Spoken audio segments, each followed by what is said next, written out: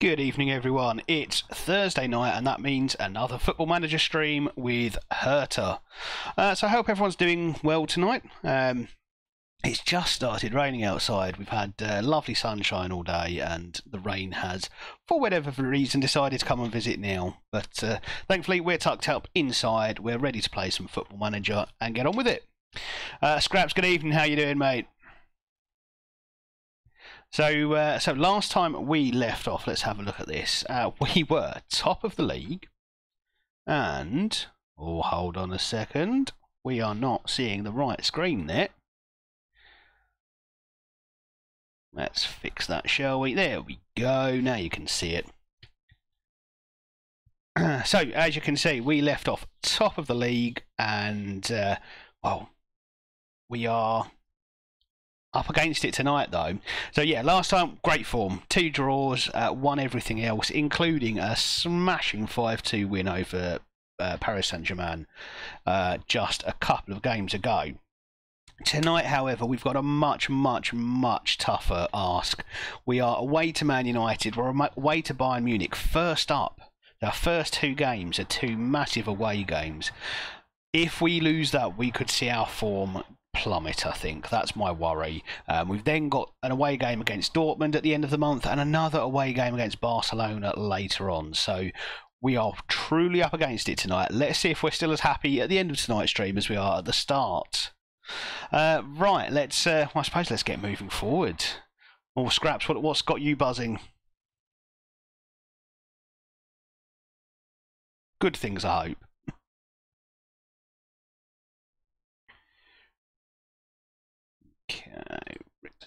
Yep.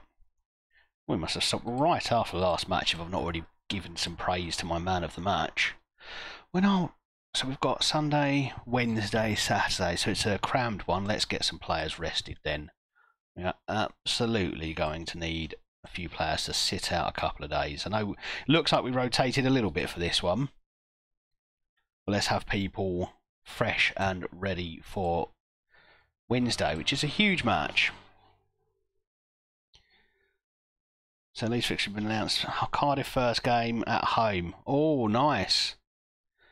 Yeah, our first match is away to Stockport, and I've already forgotten who is our first home match.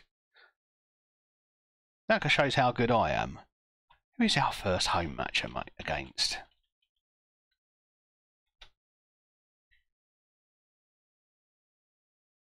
I've already marked the Wrexham away game in November. Most certainly going to do that one.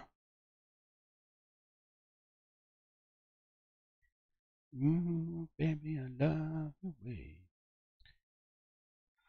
First home game, I was Accrington Stanley. I've got a decision to make there because I have got tickets for the Rugby League Challenge Cup final at Wembley, same day. I was hoping that would be an away match, but it is at home, so I've got a decision to make there. Do I go to the only rugby league match of the year that I actually watch in person, or do I go to the first game of the first home game of the season? That's when I'll be pondering. I think I'll see what my Arsenal friend's doing, because he potentially has got a home game as well. If he doesn't go, then I probably won't. But if he's going, then I may just have to skip the first league match of the season. Although we've got, I think we've got Southampton on the Tuesday before that in the Carabao Cup, so that'd be a good one to go to. She's not happy about not being played as a ball-playing defender. Are you a ball-playing defender? You are. Okay. Let's talk to them. Brilliant. Okay, we'll promise to recall him if nothing happens. Might go to Huddersfield away as well. Yeah, Rugby League, Wembley, and more excitement. Yeah, brilliant. Wait, what date can I check who Arsenal have? I'm not sure when their fixtures come out. Don't know if Premier League fixtures come out later. Might be next week or something. They normally start the week after us, don't they?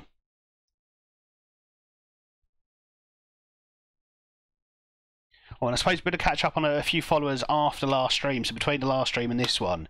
Zandersian, Charu FM and KTGFX, thank you very much for the follows, guys. Well, they came out last week, did they? Oh, I didn't see that. That's it. Premier League football, I don't really do Premier League football. Let's have a look at Arsenal fixtures.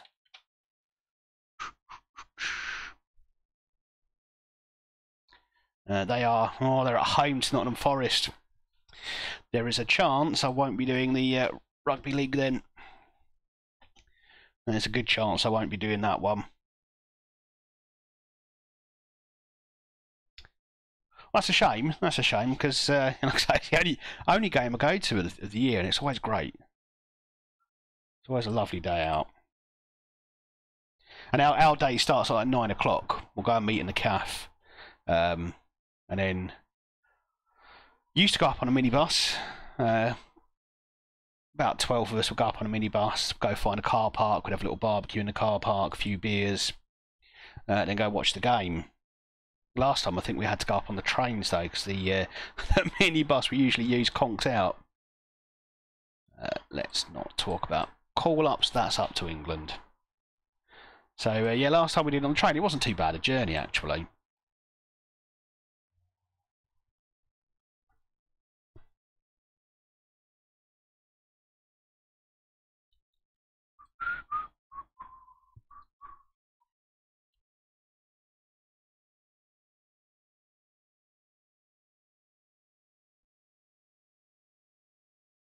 We'll look at 3 players in team of the week, we are good.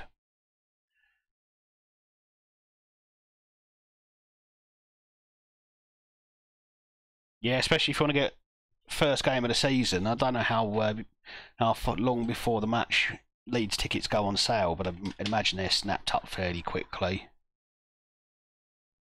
Not such a problem that I've got to deal with at Gillingham. We've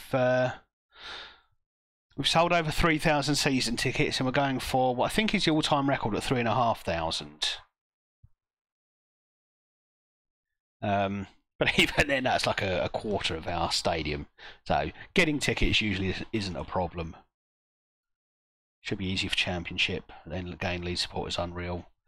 Yeah, I mean, I think even there's a lot of Championship clubs that sell out, aren't there? So, and what was it like last time we were in the Championship? Were tickets easy to get hold of then, or was it still snap them up as soon as they go on release?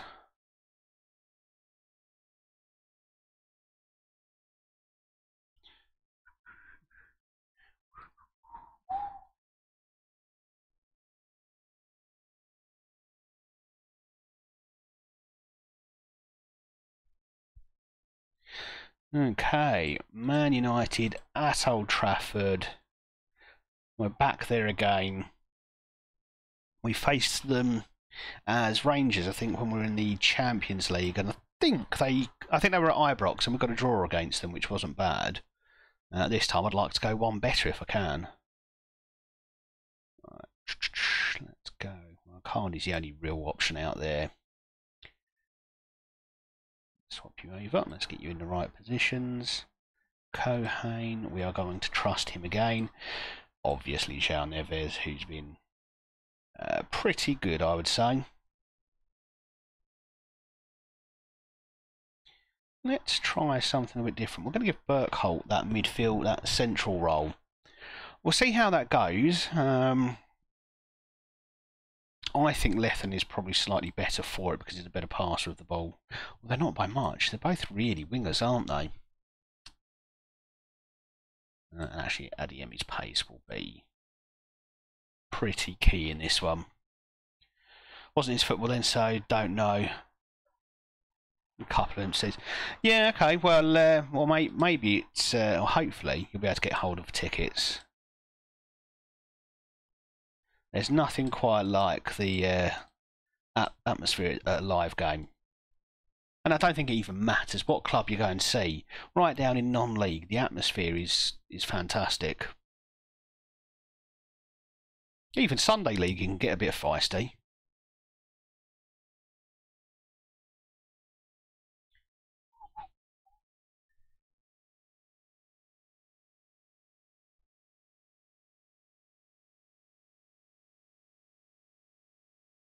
Right, let's have a look and see how they're set up.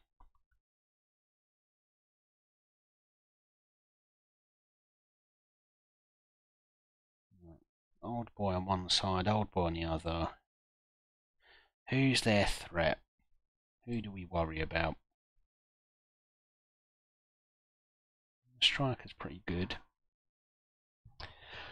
And they've got Jude Bellingham. Okay, so let's make sure we're pressing these two.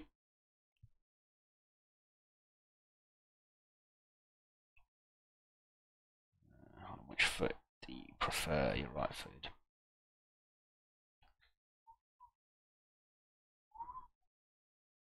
Don't want to let you cut inside.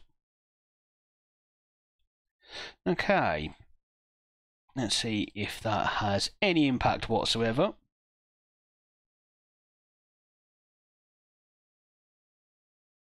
Oh no, we don't want sound. We don't do sound.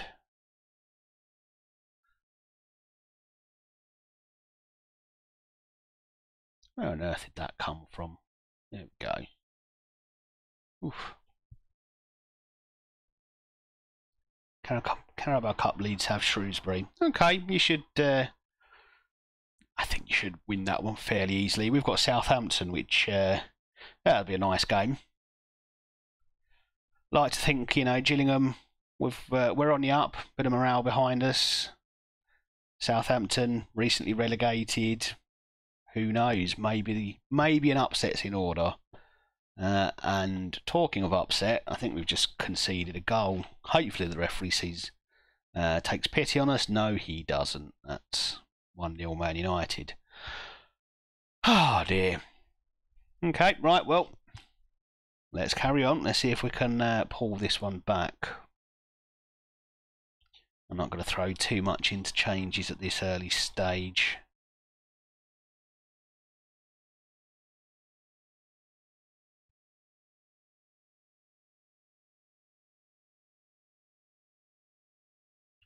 Burkholt marauding down the left, and Keeley. João Neves. It's 1-0. Come on, Hertha.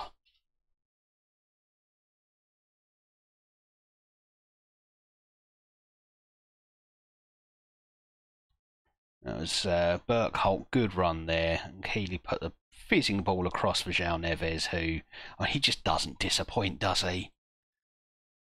He's been what a fantastic signing he was for £8 million in the summer. I do love relegation release clauses.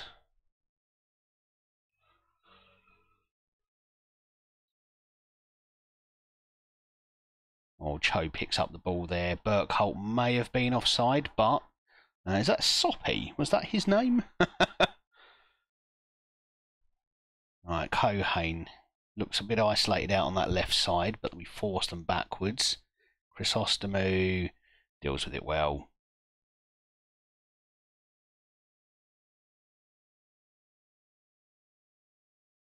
So who have you got for the Boxing Day match, Scraps? Anthony, we shouldn't be letting them get through like that. That was poor. Poor, poor, poor.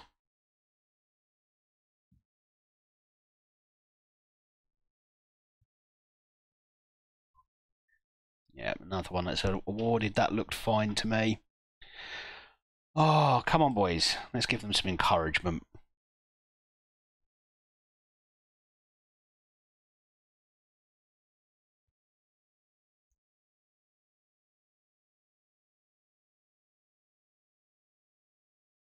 Some good football there. Adeyemi's got the pace. Can he get the finish in? Oh, not quite. That's why I put him on instead of Hardy. Just his raw pace will get us chances through this match, I think. Boxing Day, Preston away. Do love the Boxing Day match, especially when it's at home. It's not so keen on the away days. We've got Crawley, so they're not too far from us, actually. Given that most of League Two is in the north. Oh my, Cohane's done it again. This man does not know how to clear the ball. That's not the first time he's done something like that. That should have been regulation from there, and instead he's crossed it to Macedo. Yes, we've got Crawley at home on Boxing Day, which is not bad. They're fairly local to us compared to the rest of League Two. So I'm hoping it'll be a good attendance. Right, we're going to thrash some arms. That has been absolutely shocking, that first half. It was that goal in particular. Cohane must have been really good elsewhere, because to have a 6.8 after that disaster, well, I mean, I don't think he deserves it, but there you go. Right, Lethen, good ball through for Adeyemi. Adeyemi's got to finish this one, surely. No. Right, do we go attacking? We're looking the best of the team. We are looking the best.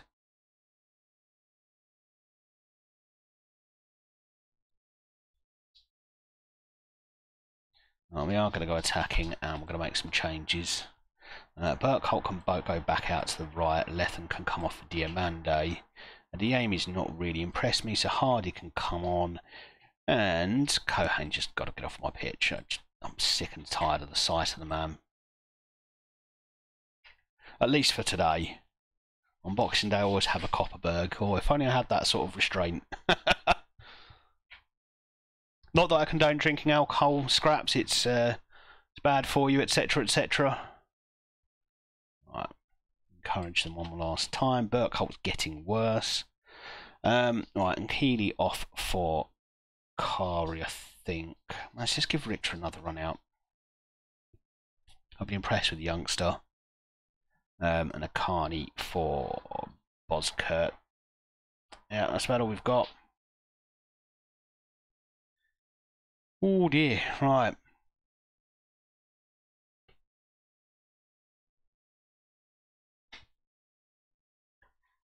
Neves chose, surely. Oh my goodness, how has he missed that? We've had more than enough chances to get level in this match. Stupid player mistakes is what's cost us here. Stats are mostly in our favour, XG, etc. And the chances we've created have... that would have been enough to win most matches. That's disappointing. Right, who am I telling off here? You.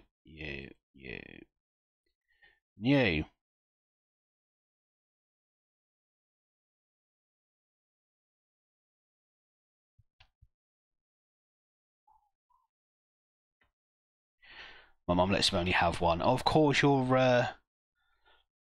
not of the legal age to go into a pub and drink yet, are you, Scraps? So, yeah, your mum's being sensible there.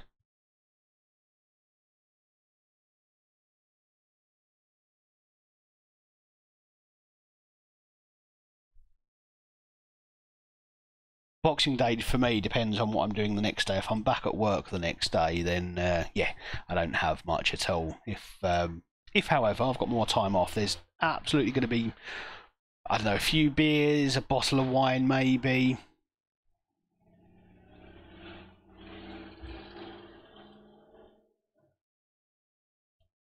Okay, well, so the last one broke the unbeaten streak that we've had since Bayern Munich in the Super Cup friendly thing.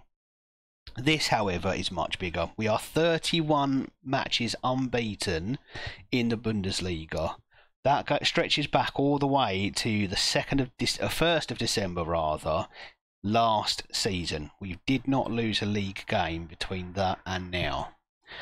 This is us away to Bayern Munich. It's as big as it gets this time. If we can hold on to this and at least get a draw, we stay top of the league. If we lose, I mean, I know it's early in the season to be saying it, but I think that's our title challenge almost over. We're not really likely to claw them back from there. Bayern Munich are just too strong in this league. They have won it, I think it's now 20 seasons in a row. Yeah, there we go.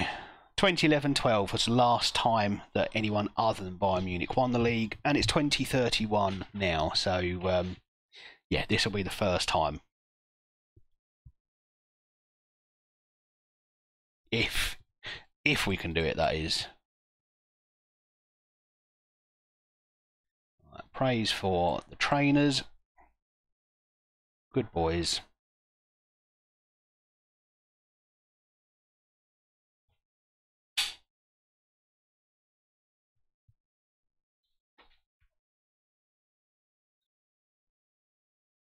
And Scraps, after all the rugby league chat on Tuesday, I came across an interesting little fact. So, former Gillingham captain Carl Dempsey, who was with us a couple of seasons ago, he's now at Bolton, but he was doing an interview with one of our like fan blog YouTube channels, Jill's in the Blood TV. And he did the interview weeks ago, and it's the first time I've actually sat down and watched it. And it turns out he, as a youngster, he was playing rugby league as well as playing football. And he was, I think, playing football at youth level for Carlisle and rugby at youth level for Wigan. And he got to kind of 16, 17 and had to make a decision between football and rugby league. And he said he decided he was probably better at football than he was at rugby league, so he took the step into football. But he was apparently with Wigan up until the under-16s, and even represented England in an under-16 match as well against Wales. So yeah, an interesting little tidbit there. Ashwin, hello. Love those. Love these emotes. They are quality. Quality emotes. You must recommend the artist to me. Carl Dempsey, yeah, that's the one.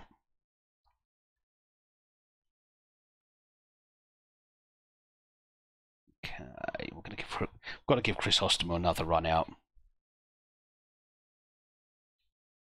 And actually, as Catty is now following me, Ashwin's emotes there, PMD or Adaptable's emotes there, were actually designed by Catty GFX. So highly recommend her work if you're interested in getting your own emotes or any kind of graphics work that you're looking for. Yeah, it's crazy, isn't it? He could easily have been a name in rugby league, but he took into football instead. All right, I think we've just got to play them, haven't we? I should have rested them between matches. That was all on me. That was just a bit daft, but we've got to play these guys. We won't win it in the first 60 minutes, but we could easily lose it in the first 60.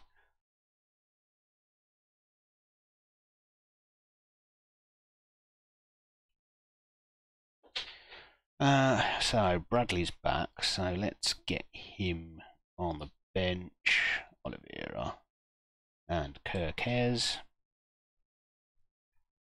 Richter's going to be my...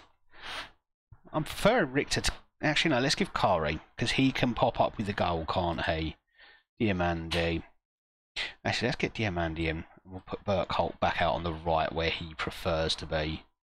And then we'll have Dor, Vega, Adiemi as my bench options. Yeah, no worries, Scraps. FF16 is so good. You were going to stream that. You didn't stream it. I definitely wanted to sit and watch some of that before I jumped on. Did your wife not come home? Alright. Let's see if we can improve on that Man United performance, shall we? The performance was okay. It was just a couple of individual mistakes that meant we lost. And some missed chances. Yeah, tomorrow I'll stream some. Okay. Alright, you're on. I'm not working tomorrow. I'm doing... Well, I am working, but just not my paid job. I'm doing my unpaid school governor role tomorrow. But with any luck, I'll be able to get off a little bit early and come and watch you a bit.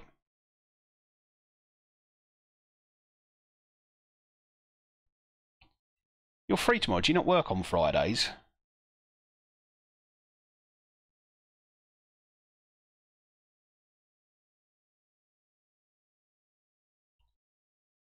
Come on, lads. Let's not throw it away this early in the game. And that's exactly what we've done.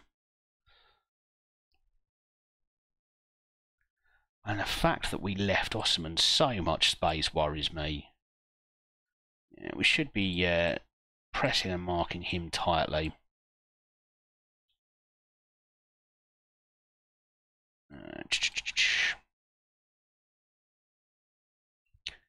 Silly stuff.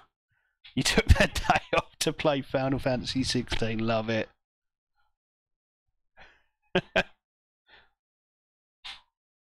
I can't remember the last time I did that for a game.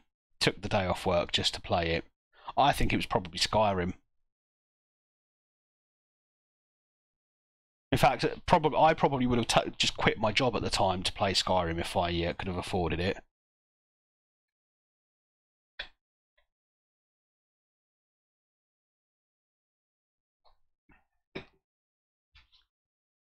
Okay, we're going to encourage the team again. Oh, that's got to be a red card, surely, right. Let's try to take full advantage of this. I'm going to stick Diamanda out front for a little while. Snooze that advert, thank you. Yeah, let's get Diamanda out front for a little while here because we're going for this one.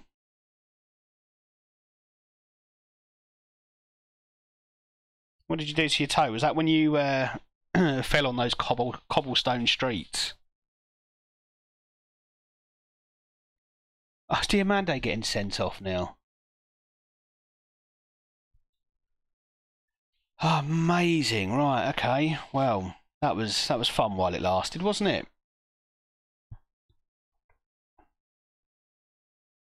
Should we get Neves just a little bit more advanced there?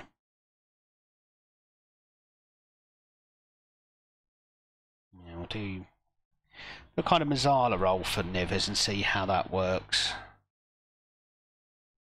Oh, that's utter nonsense. It really is.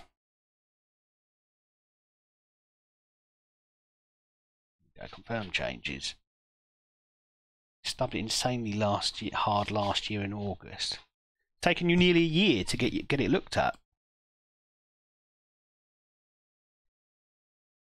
Oh, he never had issues. Oh, okay. Well, suddenly started playing up recently.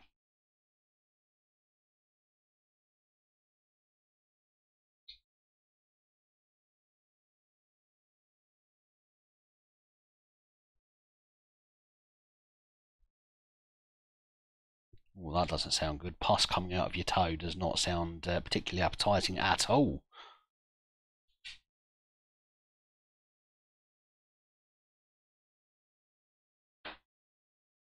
Oh, and now Chrysostomu's at it. But Kohane covers him. Okay. I think I forgive him for that one. For the last game after that good covering tackle. I mean, just stand there, Marechal. Don't bother trying to save it. Yeah, antibiotics almost certainly, mate.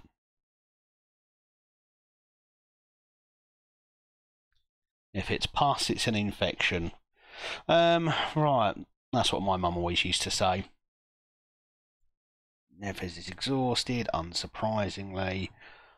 So we'll bring on Kari and Chrysostomo, also tired, so Ruben Oliveira will have to come on.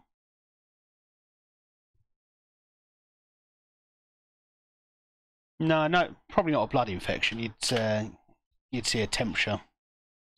Never fever of some kind usually. Or hypothermia, it goes one way or the other.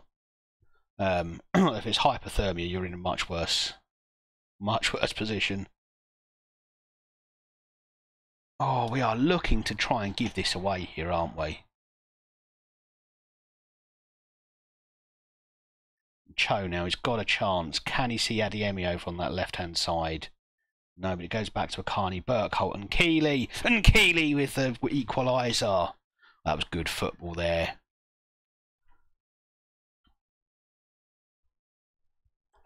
Okay, it's 1-1.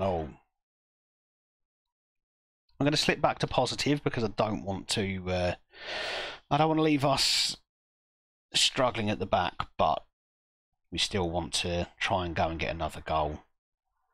That was a brave pass back.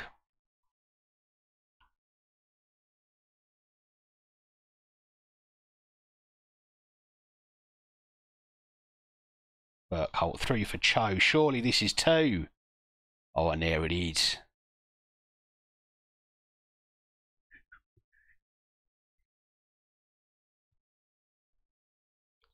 Got a physio next week for the moisture in the legs. Oh, okay.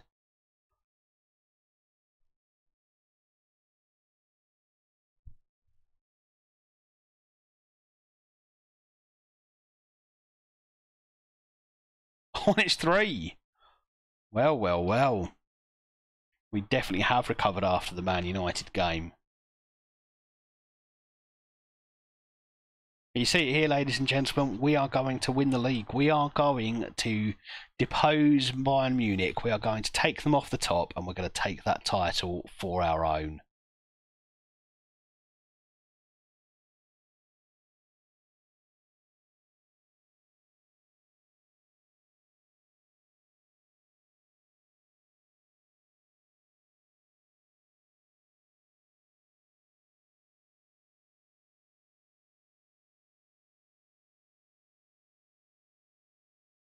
Yeah, touch wood. Last time I've had to see the doctor, it was for, I think it was probably for a chest infection. It's been a few years now.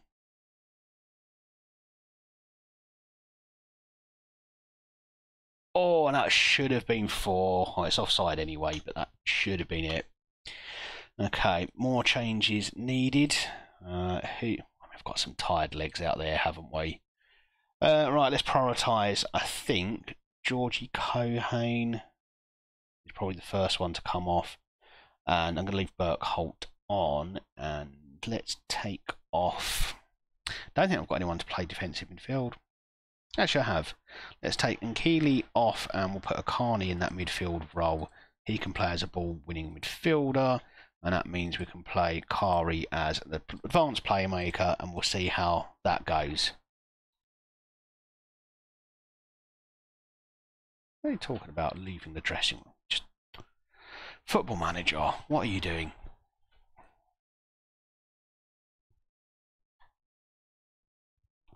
Last time was 7 years ago. Yeah, mine was some time ago. Last time I went to the doctors, I'm pretty sure it was pre-COVID. Yeah, that's 3-2. Please call this one offside. We've not had any luck at all so far. Why is Marichal running up to the ref like that? Disallowed. Good stuff.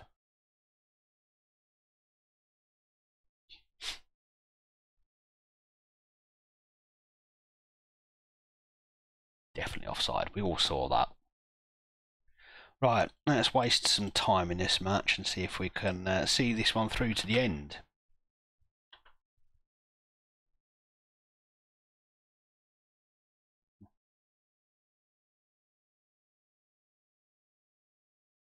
Oh, good save, Marichal, but we really should have been putting some sort of boot in against Mokoko there. Yeah, I'm glad I don't have to see my GP too often because it's my GP surgery is absolutely shocking. Getting an appointment is nigh on impossible. At least an appointment within 3 weeks.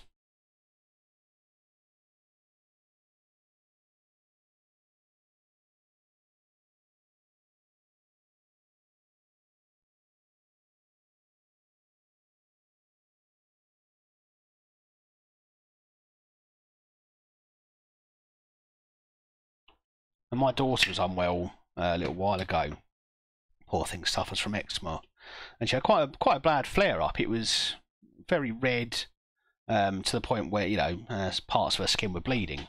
It got that bad, that flare up, and tried to book an appointment, and it was 2.5 weeks away. For a 5-year-old girl, you're having to wait 2.5 weeks for an appointment, and managed to get hold of one.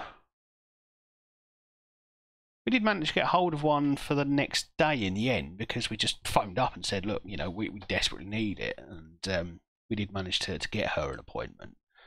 But that was kind of just an emergency appointment. And it's like, no, you just need one within the next couple of days. I don't need to take half a day off of work to go and get her a prescription for usually a steroid cream 90% of the time. It's an absolute nightmare. Right, well, let's run our ad break. I did snooze it a couple of times. If you do watch the ads, thank you very much. See you back in a few minutes. If you're lucky enough not to have to, let's carry on chatting.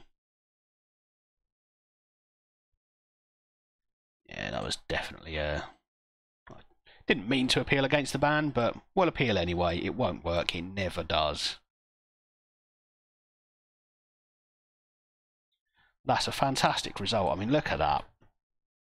Now 4 points clear of Bayern Munich at the top. We need to hold on to this. We really do. When we're in Scotland with Rangers, we beat Celtic multiple times throughout the league, throughout the season, only to go and bottle it at the end. I don't want that to happen here, otherwise you might see me cry on stream. XCOM is so addictive. See, I did watch a bit of your stream of that, and it looked it's like a turn-based shooter, wasn't it? It looked quite interesting. I quite like the premise of that.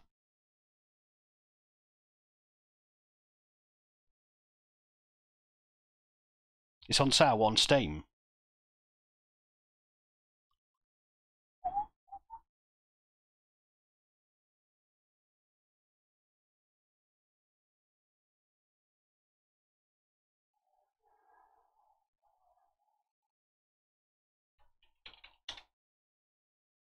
Oh, holy crap, that's massive sale.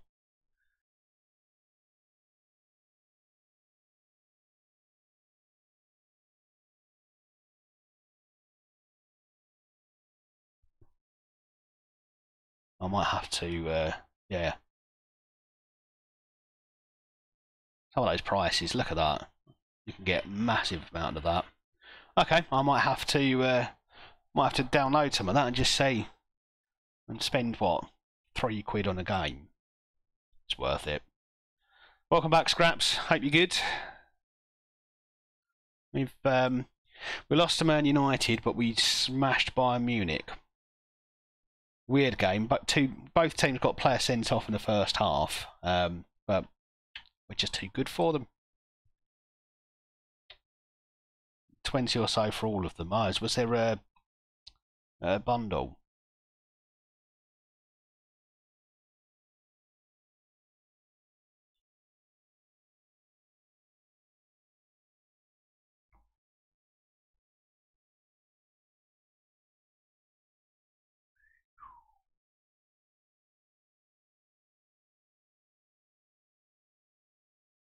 I got my head checked.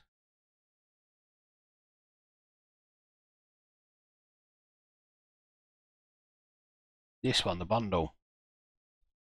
£14.64. 91% off Ultimate Collection.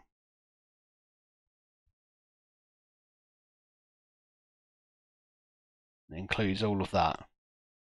£15, yeah, okay. I think we'll do that. Let's add that to my list.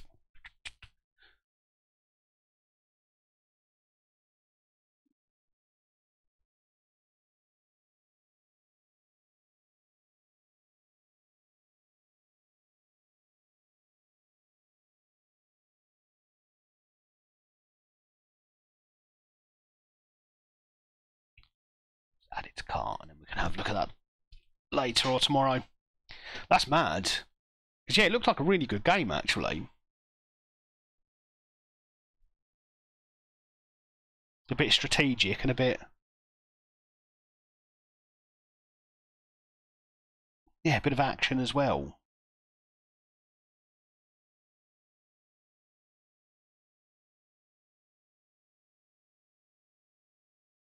And it's not even if it's that old, it's a 7-year-old game or so. Well, we've got an international break. Here we have. What a lovely way to go into the international break, beating Bayern Munich at, what, away. Fantastic stuff.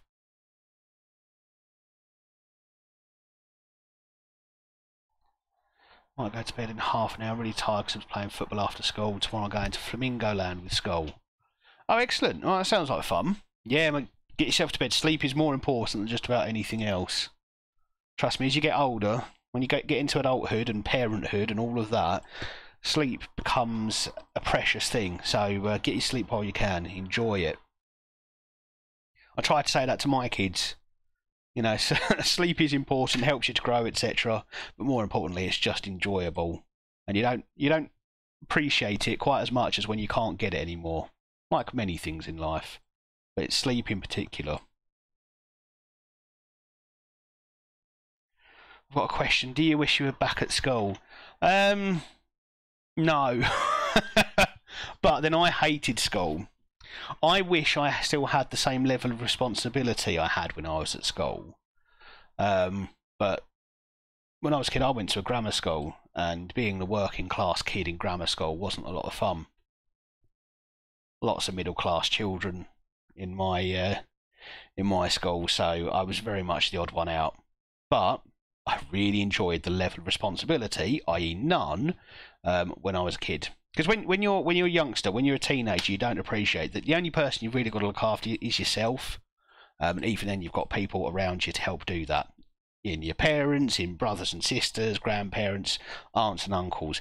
They're all there to help and steer you. When you're an adult, all of that disappears.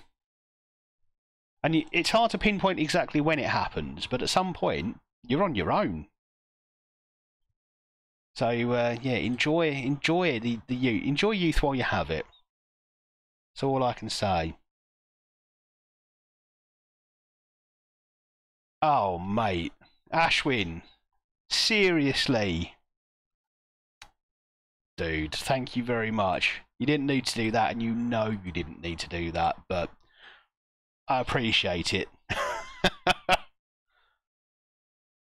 Just you wait for tomorrow.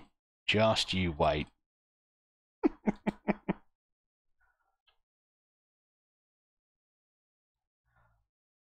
Well, looks like I'm definitely getting XCOM then.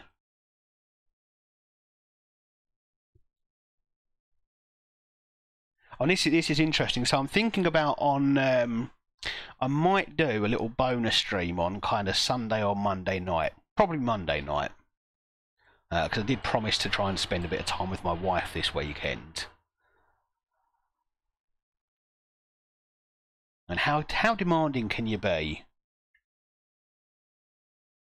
But yeah, I did say I would spend a bit of time with her. So Monday night, what I'm thinking I might do is I might try streaming from a PlayStation. So I saw something on YouTube about how you can do it without the capture card using remote play. I gave it a little bit of a test yesterday. It's not perfect. It's not perfect. I need to see if I can improve the quality of the stream, because yeah, you do lose a bit of fidelity. 60 FPS down to 30 FPS, so I might see if I can tweak a bit of that for the Twitch stream. But I might just see how it goes. It might not make people too unhappy. And what I might need to do is, because I've got my PC on a wired network connection, I might have to do the same for my PlayStation, just to improve it a bit. Yeah, and I can stream direct from the PlayStation, but I don't get my overlays, and people don't get to see my my smiling visage. I think that's why everyone's here. They want to see me. But I'm gonna see how it goes. I'm gonna try it out. Right, so let's answer this question. Yeah, great. Someone scored. Excellent. Yeah, I'm just gonna see how it goes. Like I said, I was testing it out last night for an hour or so. And it looked all right, but I think I need to tweak the bit rate and things like that, just to see if I can get it up to 60 FPS on the PC, because that's what it is on the PlayStation, I believe.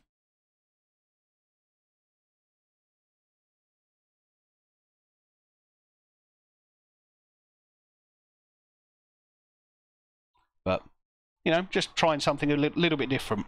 I'm probably not going to be a variety streamer in the same way that you are, Ashwin, but I figure, yeah, if it means that I can stream while playing, that's an extra stream I can potentially do a night. A week even. I'm not doing a stream every night. And right, let's do the shout out, because You are an absolute legend, Ashwin. Sorry, your Scraps, I did see you put a message in there. Here's something I thought was stupid. So I might have had a bit of his hair pink for cancer because the rugby team he played for was doing it. And he got detention for 2 days because the hair was distracting. Meanwhile, the teachers can dye their hair red and pink and all that. Yeah, I'm fully with you. I don't understand what the problem with that is. Especially when you think about the reasons he was doing it as well. Or, I mean, could you say maybe he should have gone to the teacher first? But you know, what's he going to do if they say no? You're just going to do it anyway. But I think if that, yeah, if as a parent, I would be fuming about that. And it's not like it was the whole head of hair, was it? It was just a bit of his hair. I found another Fire Emblem game on a second-hand website that I don't have for the Game Boy. Fire Emblem game. Is that Pokemon? I don't know what Fire Emblem is otherwise. Why are we paying... Why do we keep paying Spurs money? No. No more money to Spurs, please. Support them as well as XCOM. No, okay. I don't do Pokemon. My son's got like he's got Pokemon games now for his Switch, for his Nintendo DS. I think it's a 3DS that my wife got for him. And he's just trying to play every Pokemon game that's ever been made.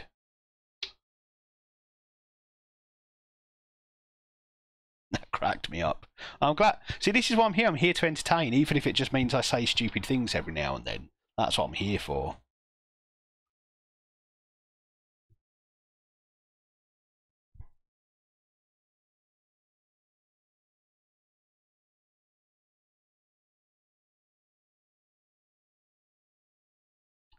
Right, back to reality. We've got FC Köln.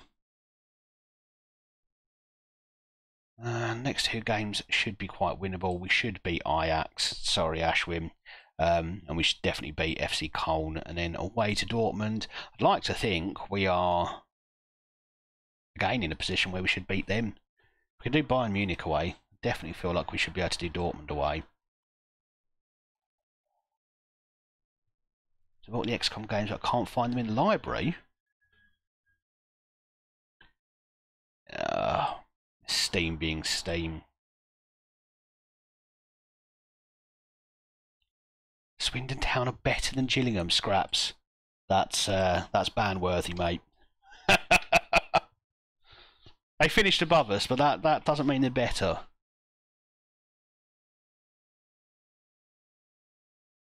Especially when they've all got 6 fingers. It's a Friday night game, so I've got a big gap. I will play the first team for this one. It took a while. Okay, they're there. Good, good. Timeout, Scraps for 5 minutes. Oh, you're a lot more lenient than I am. I was going straight for the ban button. Get that ban hammer in action. What's wrong with Kari? Can he play? Let's get him in for another game.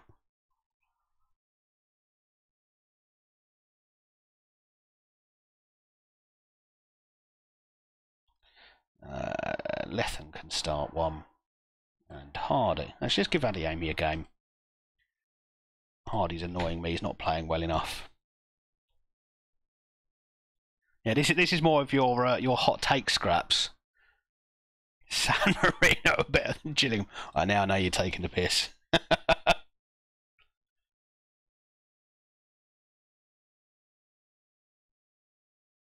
Let's put Richter and Lochi on the bench. Okay, now I'm tempted for the ban hammer. Now look, we've got Johnny Williams now, and Johnny Williams is magic. So I'm told. Well, what did I do? Okay, fine. That's a fine team talk.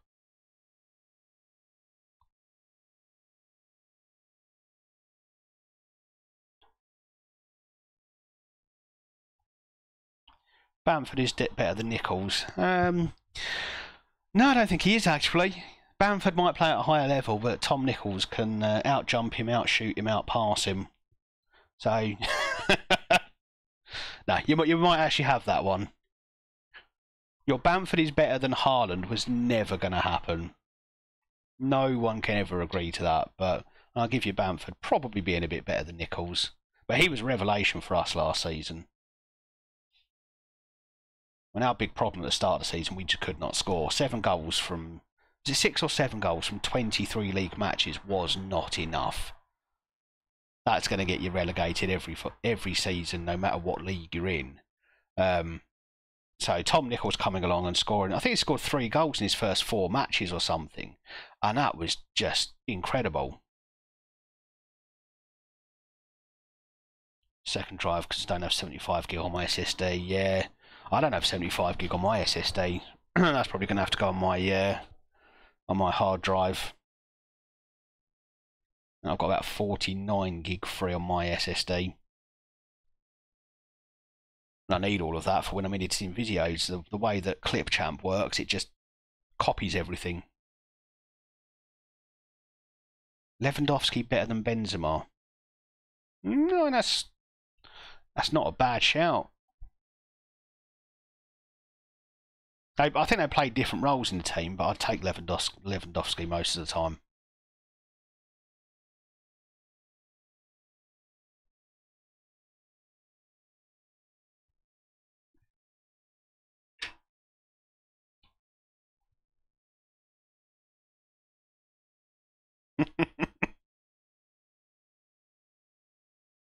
Yeah, but you can say that, Ashwin, but it's not like he's a one-man band. He's not he's not like a Ronaldo or a Messi who can pretty much single-handedly win a match. He does rely on his teammates, which is fair. That's what 99.99% of football players have to do. But yeah, I'm afraid I reckon it's Lewandowski for me, just because of the goals he scores. How well do I know Gillingham? As in the town or the football club? Because the town, not well at all. The only time I go to Gillingham is football. As for the football club, probably not well either. I have a surprisingly poor amount of knowledge about my own club. I've learned more about the club in the last couple of years than before that, since I got my season ticket, because it's become a huge part of my life. But my knowledge still isn't great. I'm going to test you. Gillingham FC face which team in a Kent derby match? There is no Kent derby match. And I suppose you could pick Maidstone. Or you could call... I mean, would anyone consider Charlton from Kent? Now, theoretically, I think historically they used to be part of the Kent County, didn't they? But there isn't a Kent derby match. Don't you dare say Maidstone, because that will just leave a bad taste in the mouth.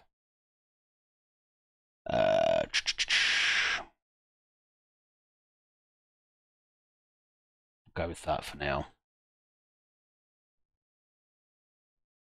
Crap question. Next one.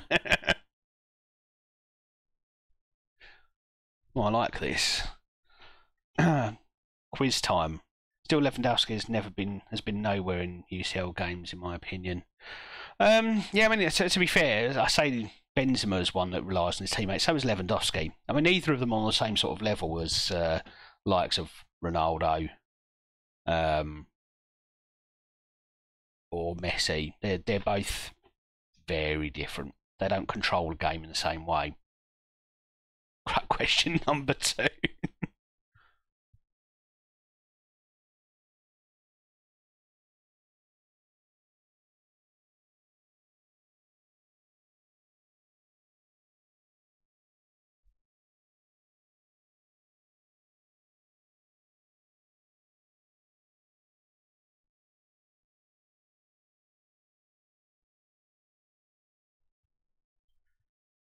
Meanwhile, there's a game going on here, and we're doing all right in it. 2-0 up. Okay, Ashwin, yeah. See you in a minute, mate. Okay, last couple of changes. Seeing some tired legs out there. And we want to save a few of them for Ajax.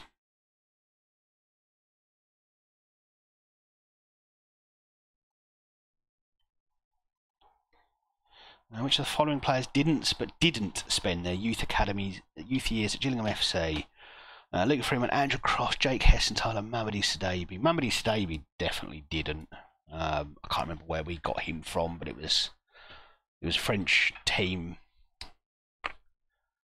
Luke Freeman, I think he came to us young, but I don't know if he started with us young.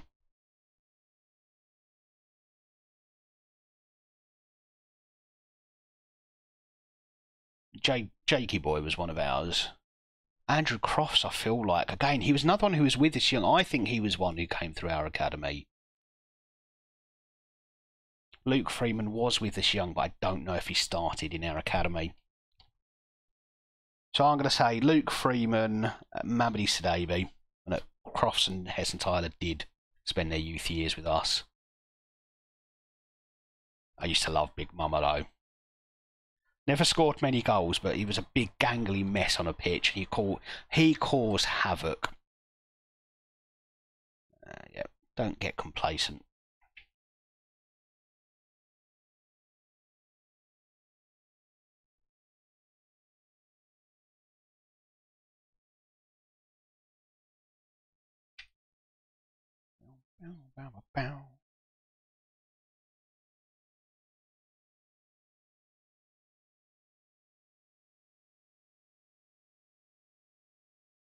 Yeah, I knew Sidibe, I was sure of that one, and Luke Freeman. I think he was with us at a fairly young age, but I don't know how young, if I'm honest with you.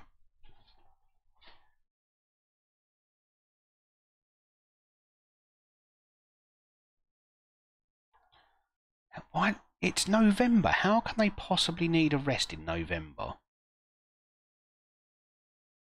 And we've had a few Saturday, Wednesday games, but only for the Champions League. You have a much tougher running in England.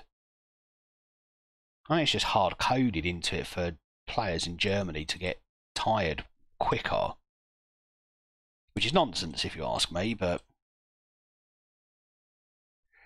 right, I'm not resting them for that one.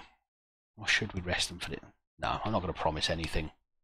Promise no rest, and they can't be upset when I don't rest them for a Champions League game, which is just silly.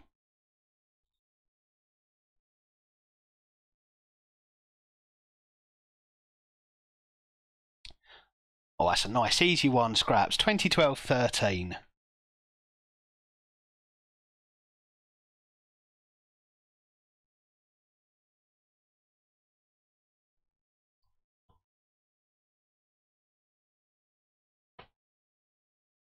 '98-99 was when we lost the playoff final to Man City.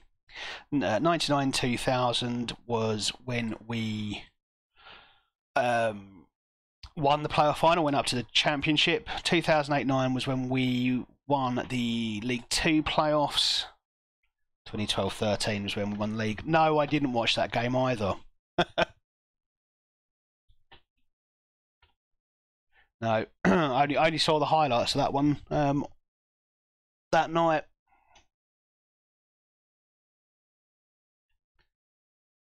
A nice beer. I've not had that beer yet. I said I was going to go and try that non-alcoholic beer.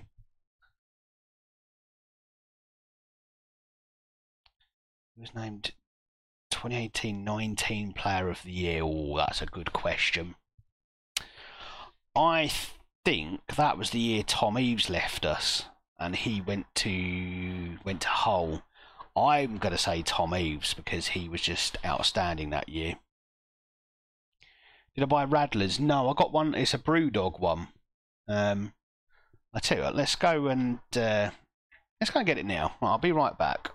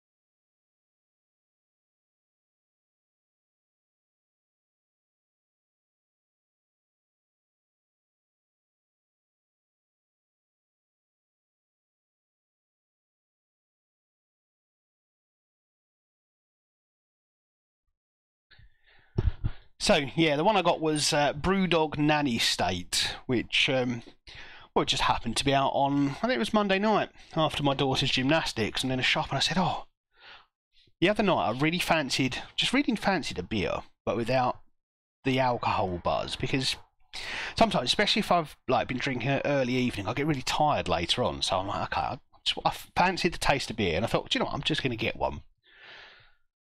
It's your fault, I think, Ashwin. You put it in my head. I don't know if I can get Radlers over here. I've not looked. But I figured if I enjoy this, I might try something a bit different. So, who scored a 90th minute goal in the 2009 Football League 2 playoff final? I can tell you without looking at the multiple choice, it was Simeon Jackson, but who we got in there? Andy Barcham, Simeon Jackson, Simon King, Dennis Ollie. That was a good header, that one.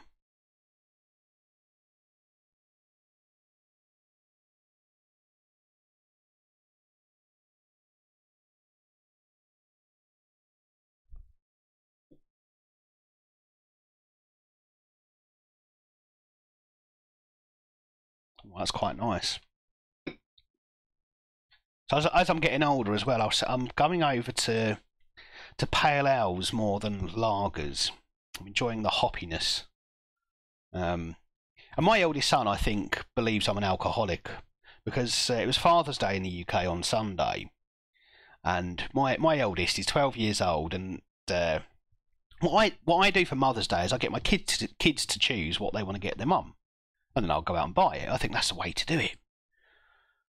Sometimes they want to sit and make stuff, but more often than not, they've got presents in mind that they want to buy for her, and she did the same this year. She let them decide. My eldest said beer.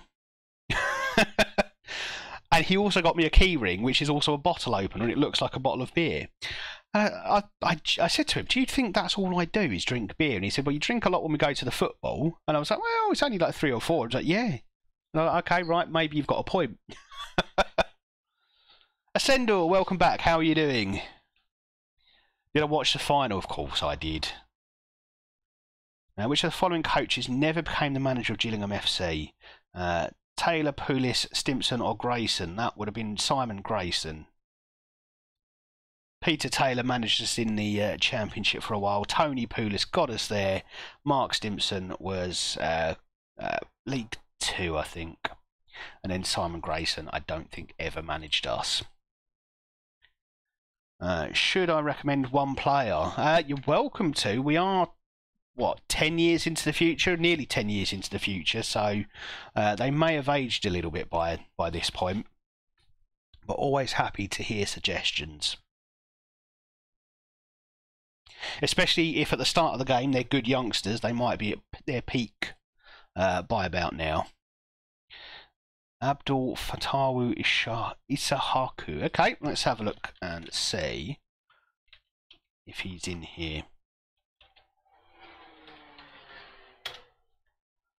Sometimes that is limited by which leagues you had loaded up at the start.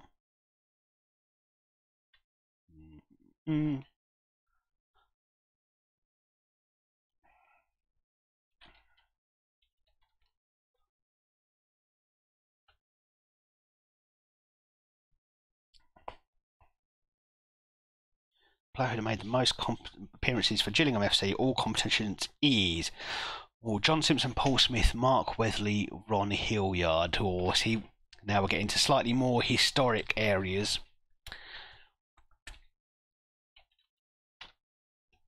Don't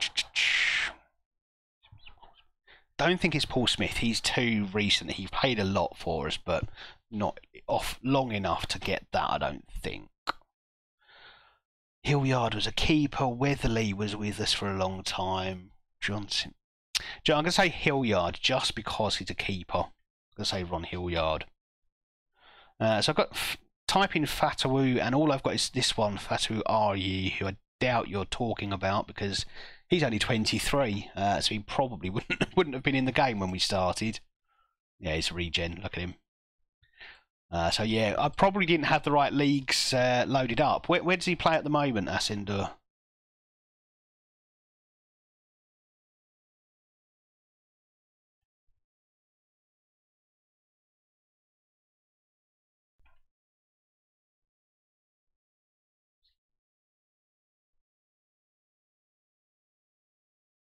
Gillingham FC's all-time top scorer, all competitions, is Brian Yeo, Tug Wilson, Hughie McRussell, Cody McDonald. It's Brian Yeo.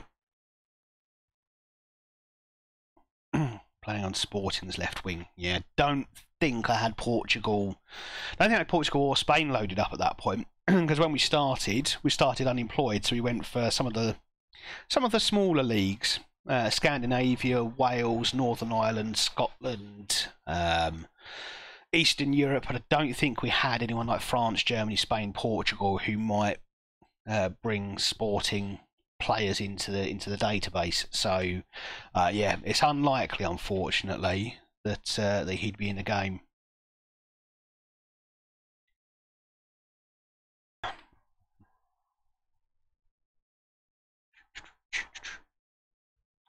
Right, we're going to start the ad break now before we get into this match, but I promise you I won't kick off until you're all back.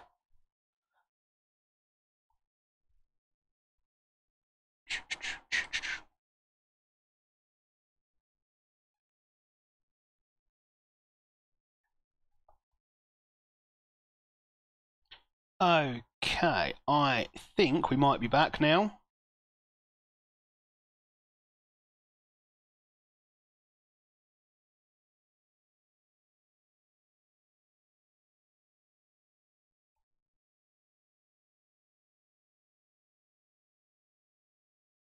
If you can see or hear me, just scream.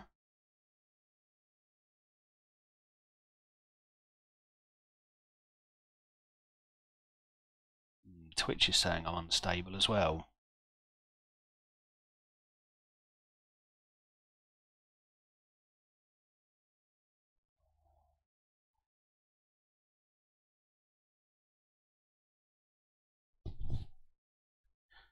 Right. What have you got going on here? Brilliant. I think we might be back.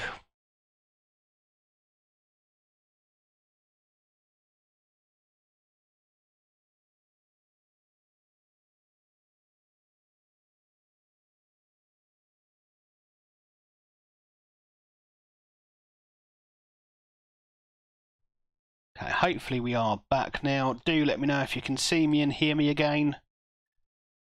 Not sure entirely what happened there. Twitch seemed to be telling me how I had an unstable connection, but it looked fine to me.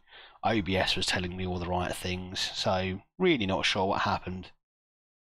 But I think we're back up and running. I can see myself on my phone, and I can see myself on my Twitch, so we're going to carry on as if you can all see and hear me.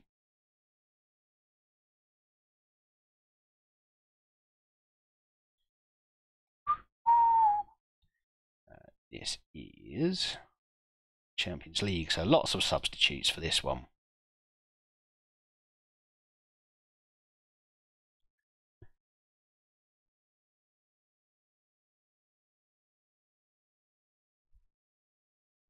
Okay, let's get into the match.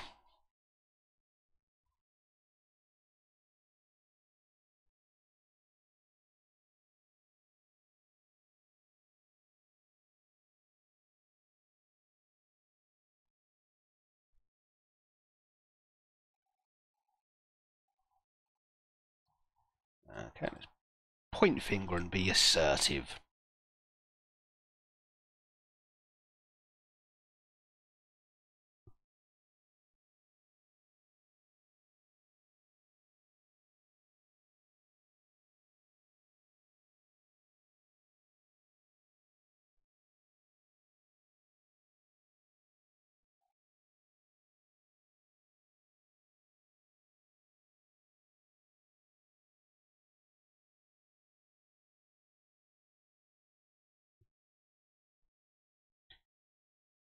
Okay.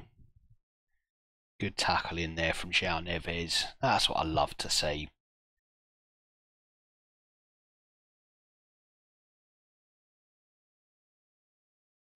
And actually, I think we're going to play Diamandi as an attacking playmaker in this one because we've got Akani playing as a ball-winning midfielder rather than as a deep-lying playmaker.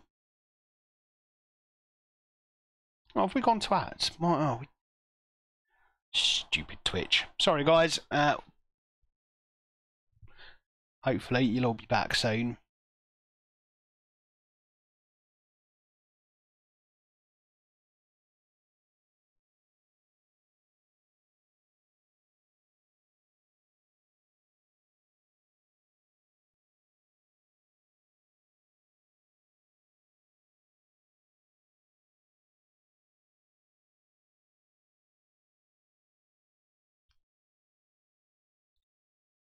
Or so you're doing an XCOM stream tomorrow? Oh, what, from me?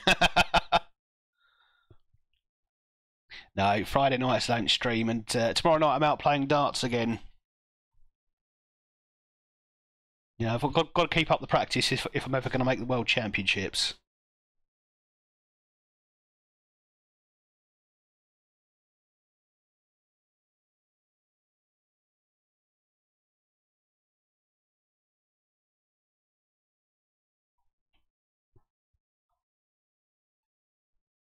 That's it, yeah. I'm going to pretend I'm Phil Taylor tomorrow.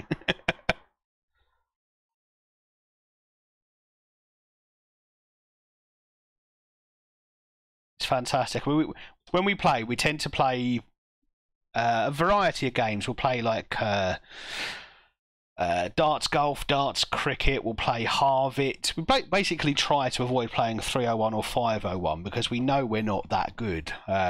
We played 301 and actually we did all right. We were hitting doubles fairly regularly, but the number of times we'd score 26, it took us quite some time to get down there. It was. I mean, there were times when we were scoring 7. You'd go 5-1-1, really close to the treble, but you'd score 7, and well, that was tough to take sometimes. But it's such a good game. It's such an enjoyable game. And Adeyemi's injured. Oh dear. Okay. Let's give Ralph Dor a run out.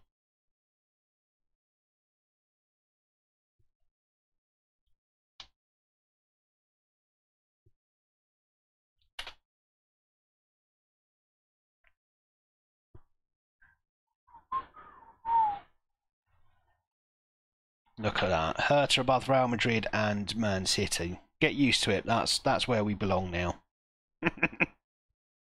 Oh, Dor nearly with the finish there. Yeah, I've got to say, Ashwin, this non-alcoholic beer is quite nice.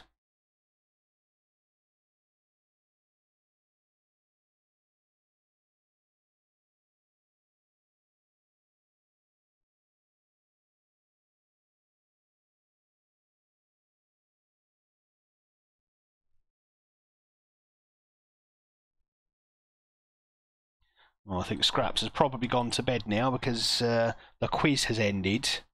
I feel like I was doing quite well. I mean, yeah, getting Barry Fuller wrong was unforgivable, but one out of a few isn't bad. I will see if I can get Radler. I'm gonna see if it exists in this country because it would be quite nice just to because I was sat out in the garden with my wife a couple of weeks ago. And the sun was beating down. It was lovely. It was only like a Monday night or a Tuesday night, and I just thought it would be really nice to just have a beer and not feel tired like really quickly afterwards. So it'd be good to keep for those occasions. I'd have to hide them in case my friends saw them because I would never live that down. But I will have a look. And I do like an Amstel beer.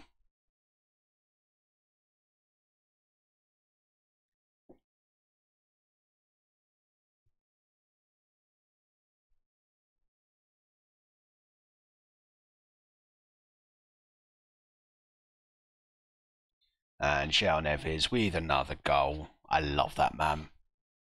He's my favourite ever £8 million signing, without a doubt.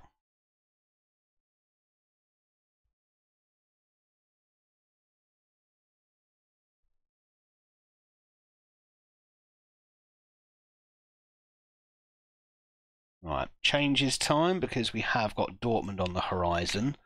So, who do we want to say for that? Cho. Let's bring Vega on. I'm going to play Diamande up front. And we're going to go with... Who else do we want to bring off? just for a bit of a rest. Burkholt's probably a good shout. Jan Neves. Bring on Kari. We'll leave and Keeley to rest.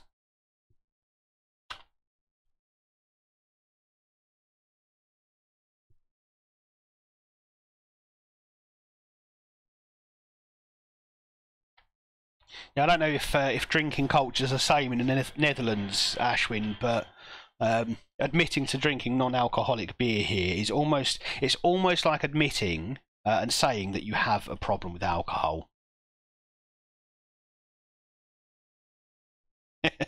Tadic on fire.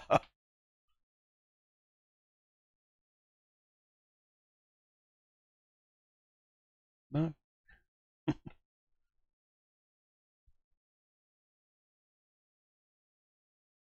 Harry Maguire. Right, let's get Richter on, just so we can see another game from him, and we'll turn Vega into the attacking midfielder, and Kirkhead can have a rest, and let's bring on Akerley. No, I can't. That's my 5. Yeah, UK and Ireland, quite the drinking culture here.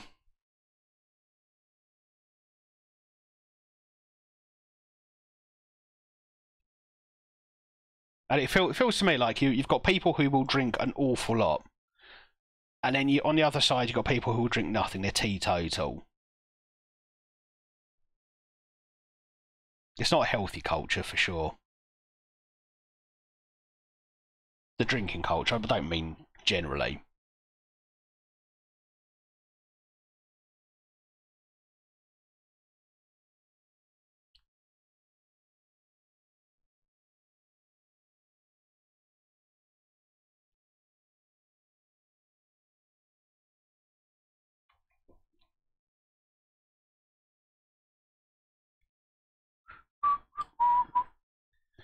Okay, well, we've taken apart Ajax relatively easily there.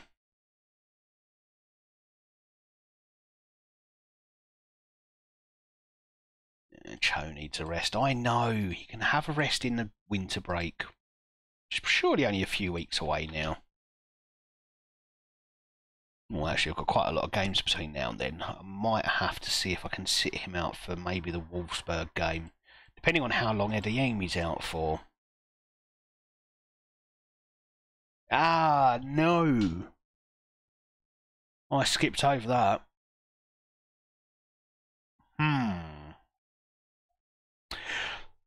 Well, that's a problem. Because really, our options are... I mean, Diamande's probably going to have to put in a couple of games up front. Schaefer hasn't showed much. But I mean, he's only had 1 sub-appearance so far this season. I don't think he got many last year. Yeah, 9 sub-appearances, didn't score a goal. Lochi, he has scored a couple last year, so maybe we give him a bit more time, but he's not going to be a first choice striker. There aren't many games that are going to be willing to throw him in up front. That is a problem. Okay, so we probably target Wolfsburg for Cho to have a rest.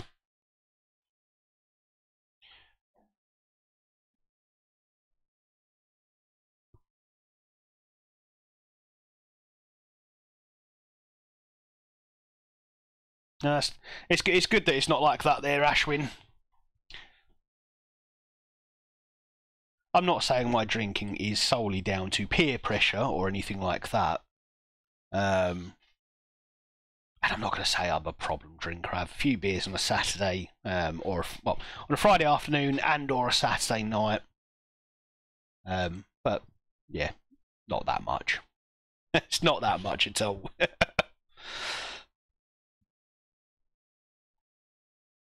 But it is still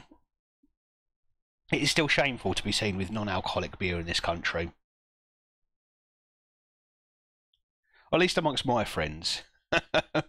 Right, Schaefer's not done well in training, so he pretty much told me he doesn't want to play.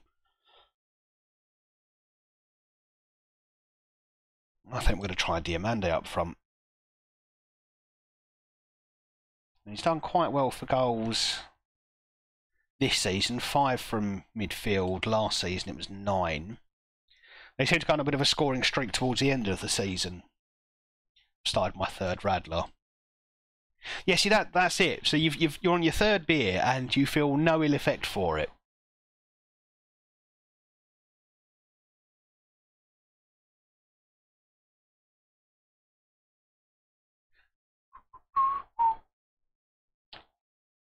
That's the dream. That's what I'm looking forward to at some point. I could have a few beers on stream and do it on a Tuesday night and still get up for work on a Wednesday with no hangover, no headache, no grogginess.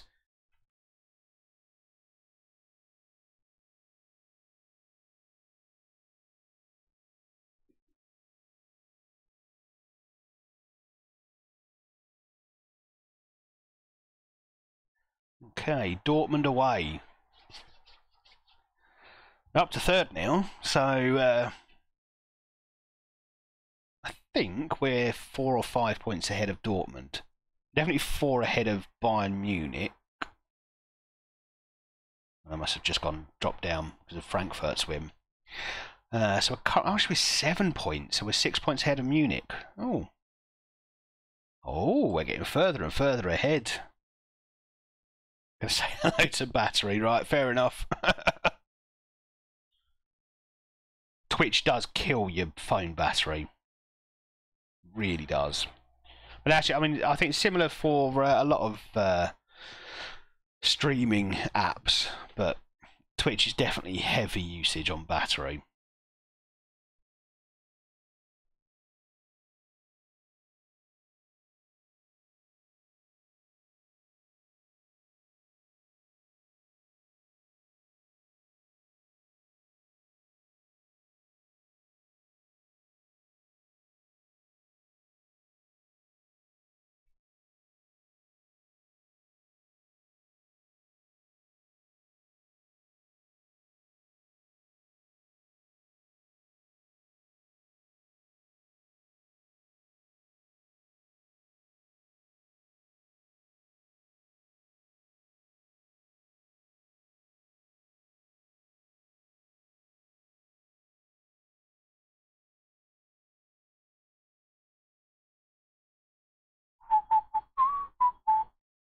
Right, so Dortmund, we need a strong team again. So we're going to start with Bradley. He's definitely my first choice for that right back position. Akani, close. Cristiano, Chrysostomou, got to be the front 2 here. Kohane, João Neves, and Keeley. Oh, that's not on Keeley. Nearly picked the wrong man. Let's go Lethen, Burkholt. It's got to be Hardy now, hasn't it? Now that Adeyemi is injured, and Cho. Yeah, he's fine. He'll get through this one. And then we'll try to rest him for the Wolfsburg game. And I'll decide then whether I put Diamande up front or whether I go with Lochi. I mean, he's 6'6", and that's the only thing I like about him. He's 6'6". He's a big man. But actually, looking at him, he's not terrible. He's just not fit. He's not cut out for this level yet.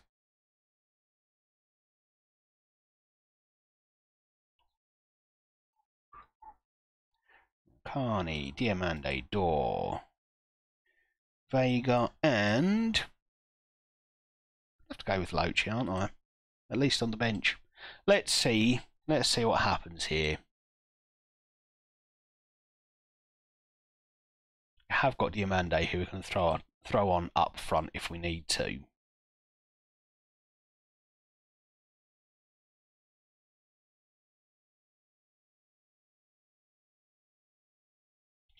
And to think, when I first signed Diamande, did I? Actually, I think I signed Diamande to be a Mizala when I was at Rangers. No, it was what I tried to play him. It was the role I tried to play him in here at Hertha. But then we changed to the 4-2-3-1 and put him in the attacking midfield slot, and he's definitely thrived from that. And Oh, how has that not crossed the line? It's a good start. Let's see more of that, please, Herter.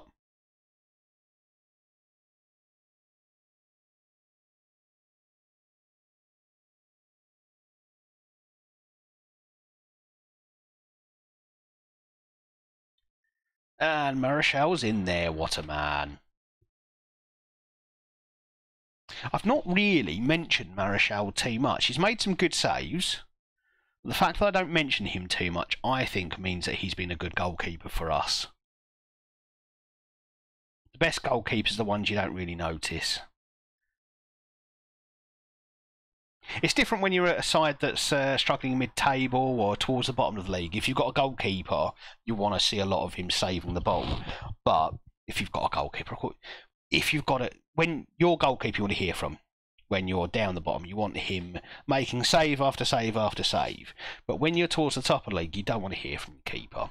You want him to make the occasional wonder save, which we've seen from Marichal, and then otherwise I don't want to hear from him at all. And while all that's been going on, Burkholt scored a goal. Lovely stuff.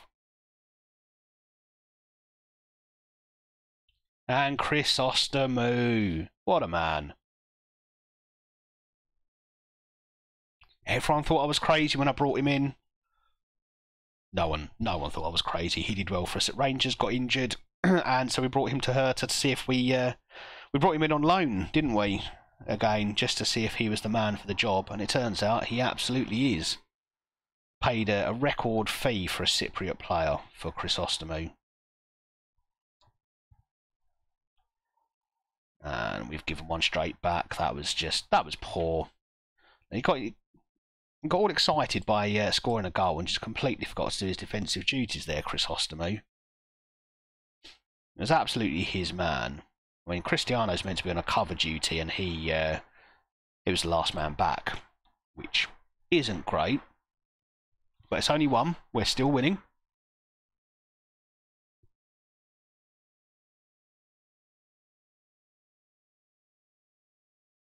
So how's everyone else doing?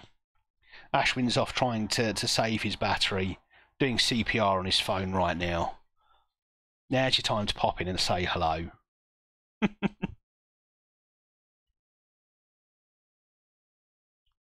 Okay, good start. Good first half. Let's hope we're not going to throw away another goal, though. We certainly have been the better team in this. We've been the dominant side throughout. Let's make sure we capitalise on that.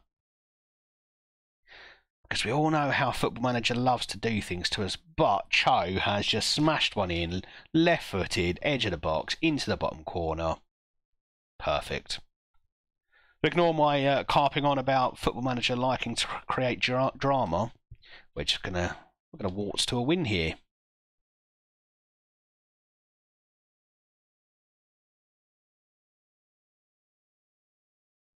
Oh, and Simon Hardy. Last season I was probably a bit unkind towards him. He ended up scoring quite a lot of goals and assisting quite a lot. But this season I've not seen a huge amount from the man. But when you do things like that, you get my attention. Lovely goal. 4-1, and we're looking pretty good. I don't want to jump the gun. I really don't. But I'm getting quite excited that we might win the Champions League. I think we're going to win the German League. We are flying. But we've done better in the Champions League than I expected us to do. Right, let's make a couple of changes. João Neves for Akane, Cristiano for Oliveira. And Burkholt for Diamande, I think.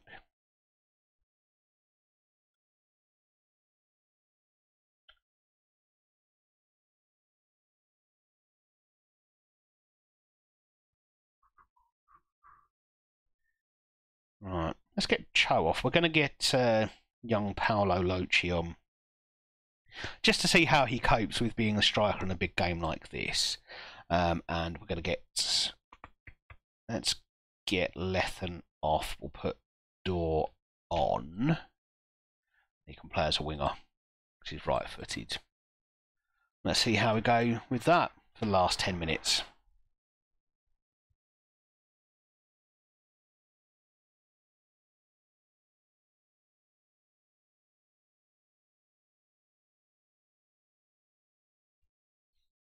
As you can probably hear, we've added a few different songs to the playlist tonight. I'm not sure what the length of the playlist is yet. It's now up to 14 hours. So if I were to play it from start to finish, we could do about 4 streams without ever hearing the same song twice. I do play it on shuffle, so sometimes you will hear the same stuff. But that's good stuff. Right, we're going to have to start resting players between games. We've got a lot of weekend and midweek matches.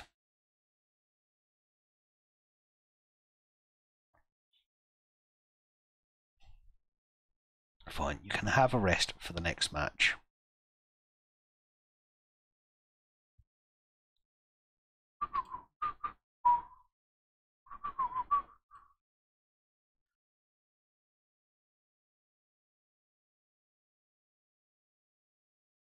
Should we praise Cho as well? There we go. That makes him a happy bunny. What have I just done there? Right, let's clear that squad actually now. What am I? This is when I start to feel old, when I keep clicking on the wrong thing. I'd like to think my dexterity is still fine. You know, I can still control my hands and fingers for the time being. A number of times I misclick.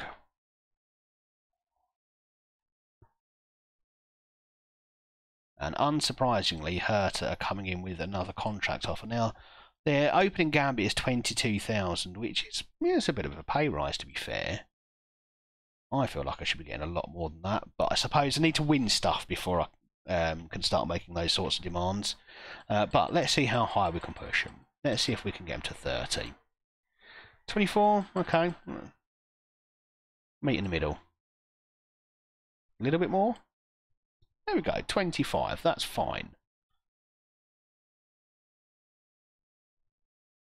New contract with Hertha. They've obviously seen my potential, seen my ability as we drive them to the top of the German league, top of the Bundesliga. Of course, I'm delighted. I think that might be the first time I've actually signed a second contract with a club. Actually, I probably have done with Oysters in Sweden. We were there for about 3 years in the end. Ducky, how you doing, mate? How's it going?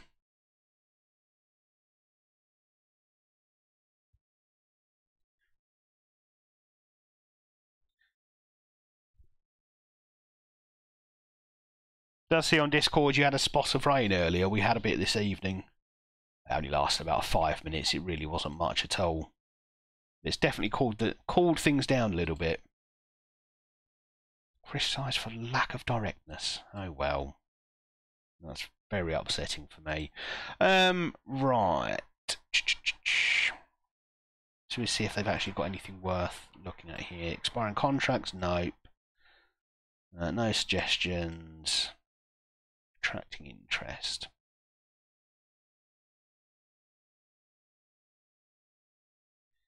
I mean, he's 30, so I wouldn't be against selling him as long as I make a profit.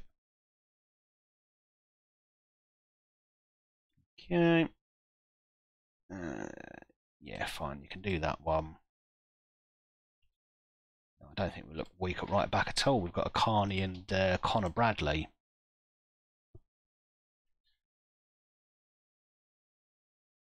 Good, just rebuilding my 4th tier Welsh team, Clanfair PG. Okay, right, yep.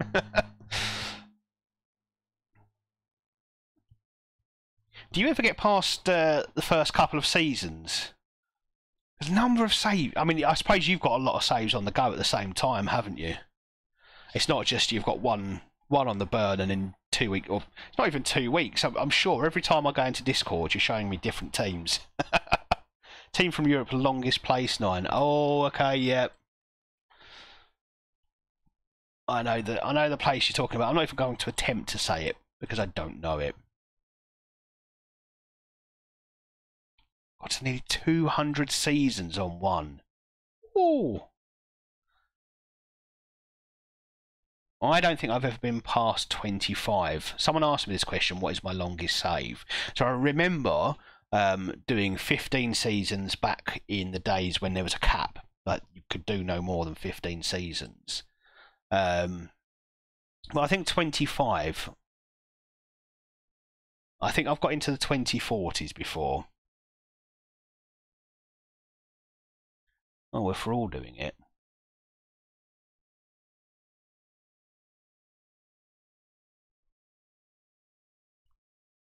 But I'm going to throw mine in there as well.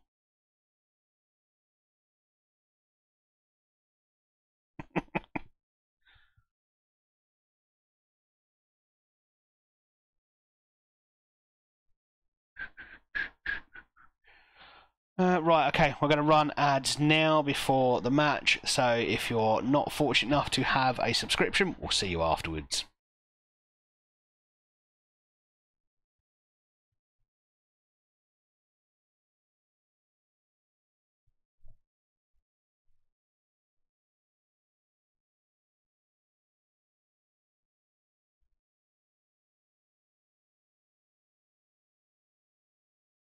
Oh, Tony Pulis.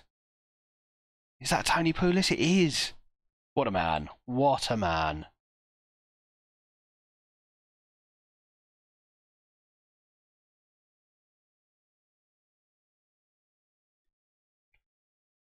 Well, I did say I'd rest Cho for this one, didn't I? So let's rest him for 2 more days. So I've got that rest symbol up, so I know that I'm meant to be resting him. Now, we'll give Oliveira another start, I think. Kirkes can start.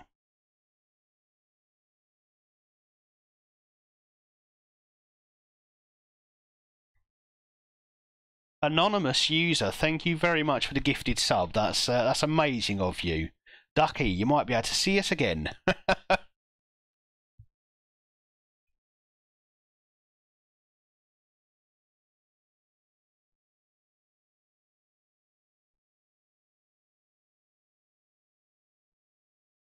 Now, I've not seen. I've been watching Twitch a couple of years now. I've never seen Anonymous. An anonymous user. I suppose it's a box you tick, isn't it? Actually, I have gifted subs before. I think you can do so anonymously. So thank you very much, that anonymous person. Thanks for the sub. Sadly, I don't end ads if you're currently watching them.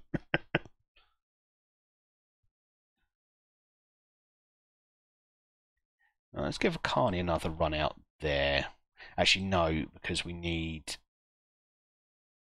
Monsieur Diamande up front for this one. It was worth a try. The Quacky's back. There he is. Drives us all quackers. I'm stealing your joke there, Duck. Right, let's go with Burkholdt out on the right. We're going to go with Gabri Vega through the middle, and we will go with Hardy on the left.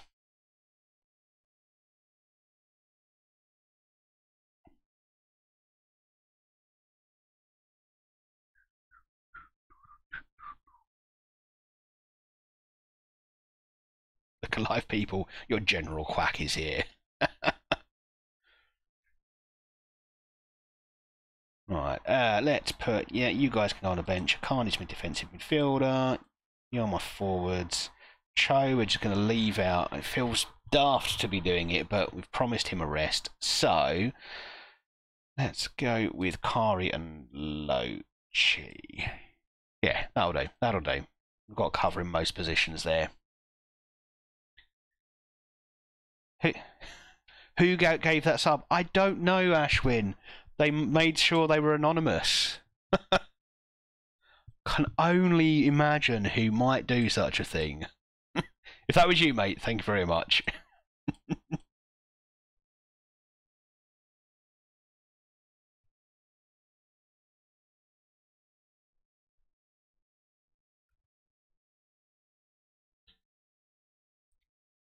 So Wolfsburg are the last team to beat us in the league, and I'd quite like for them not to become a bogey team.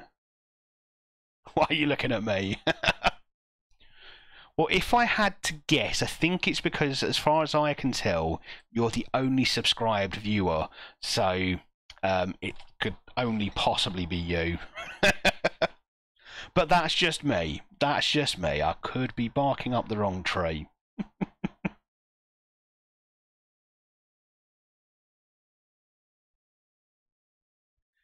And, I mean, is he offside there? Is he offside? It looks close. I thought he was level. And of course I'm right.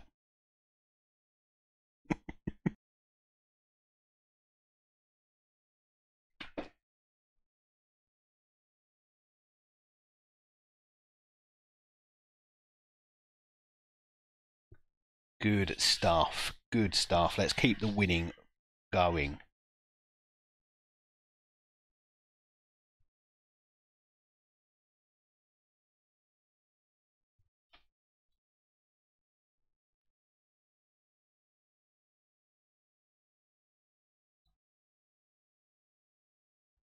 You too, Ducky. It's so sweet. A love story playing out in my chat just like that. It makes me a happy man to see.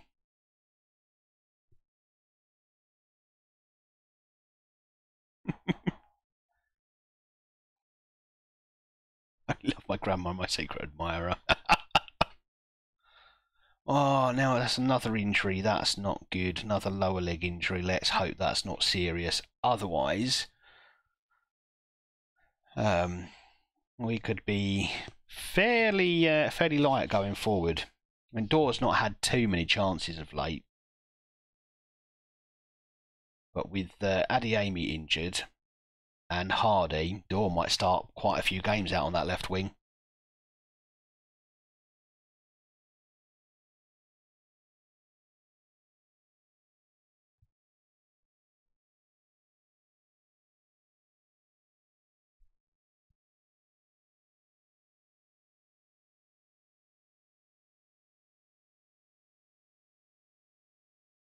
It was a long run just to smash it all the way back to Oliveira there, wasn't it? Go on, Kirkes. Good bowl. Burkholt, Diamande. It's offside. Yep. Well, I was going to say before he attempted that chance that he's proven to be a decent option up front, but that wasn't great. He was offside, and the attempt at a finish was woeful. But he has scored a goal, so I shouldn't complain too much.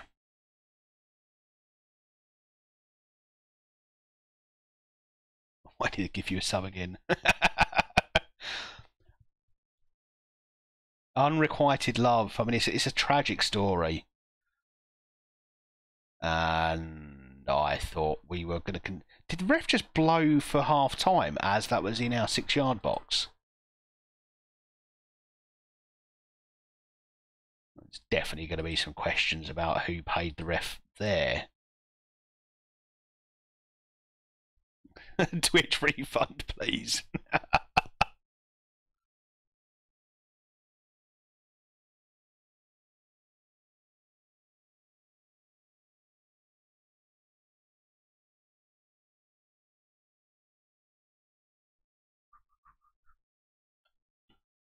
I'd refund you, but I've got absolutely no evidence it was you, Ashwin. Right, and Keeley can come off for another rest, and let's stick Carney on. Yeah, let's move them that way round. Kirkes for Cohane. Who else do I need to protect here? Burkholt for Lethen. That's pretty much a like for like swap. That's not too bad.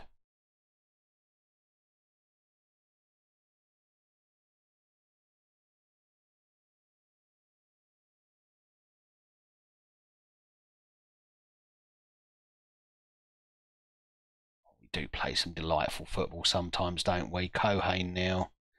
Charging in. Vega. Easy as you like.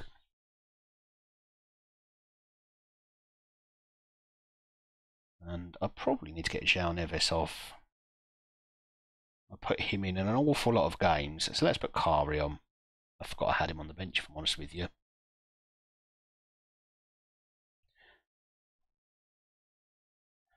Start all over again.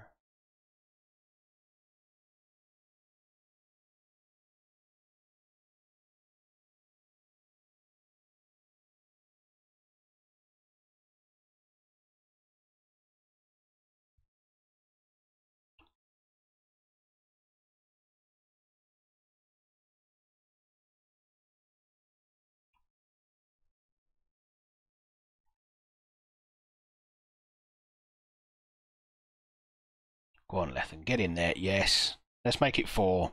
Diamande is on the spot. I did wonder if it was offside.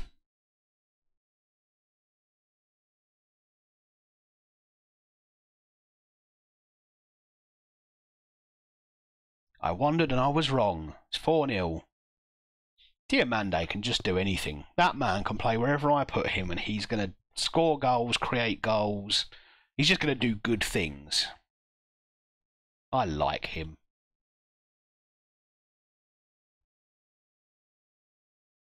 Lovely tackle from Kari. And Lethen has broken forward, rounded the goalkeeper and does that stupid tap towards goal thing that Adeyemi kept doing. Just put your foot through it, for goodness sake.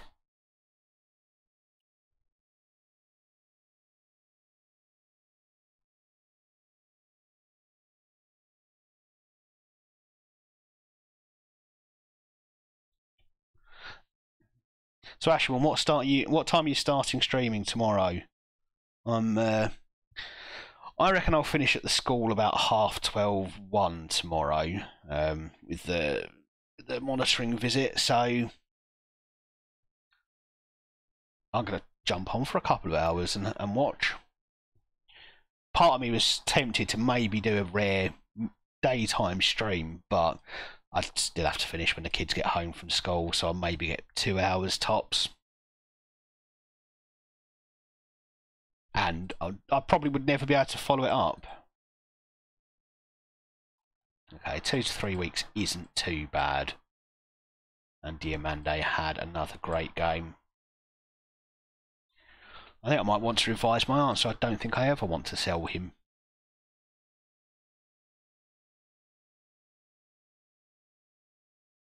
Even if we make a profit, I don't think I want to sell him. He's become far too valuable for me. No idea, probably 12 my time until Doctors, which he said was about 4. Okay, well, I'll definitely be able to see a couple of hours of that then at least.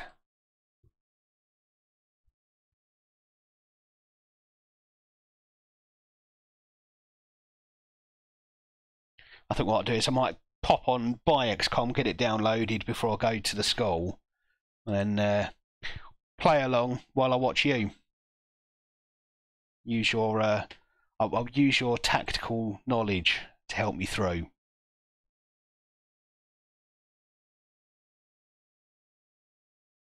My generation, baby.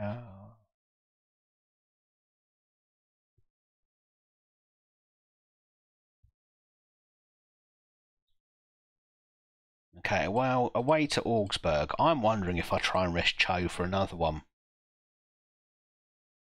Save him for Barcelona. Barcelona away. We've had some games, haven't we? PSG, Man United away. So PSG was at home when we smashed them. Man United away, we lost, but we were arguably the better team. We just missed some glorious chances and gave away a goal from absolutely nothing. Barcelona, I'd like to think we can put in a. I think we can put in a decent shift here. I'm not going to say I think we can win, but we might be able to steal a draw.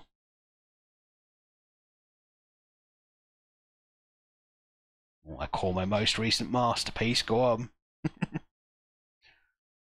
All is fair in love and war. What have you done?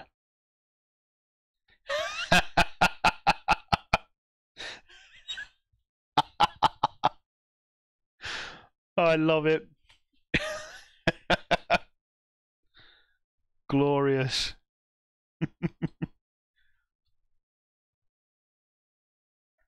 I still see that meme in use today for various different things.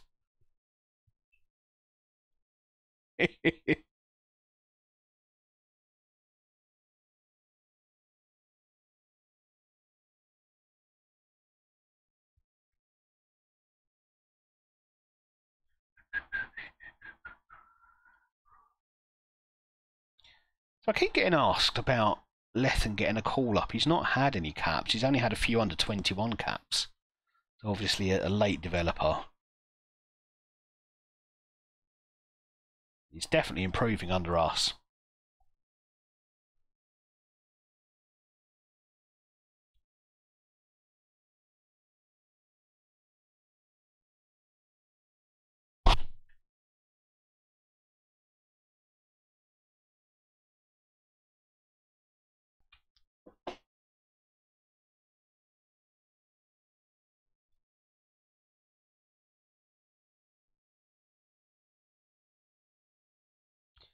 Well, that non-alcoholic beer was thoroughly enjoyable. I'm going to have to do some more of that.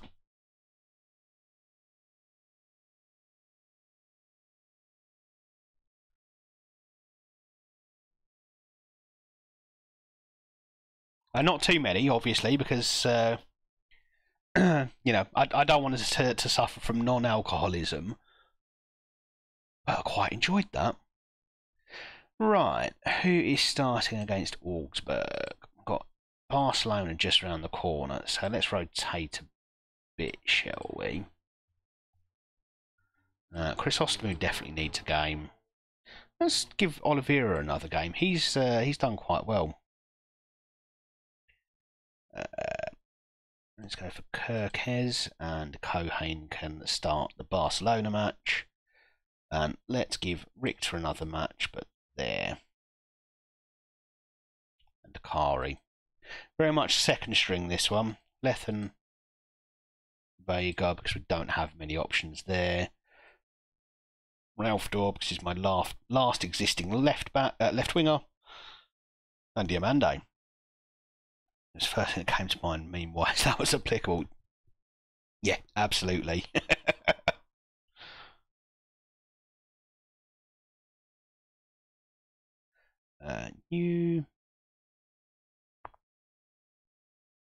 Actually, let's give Cristiano the centre back bench position. Cohane, Akani, and Keeley, Burkholt.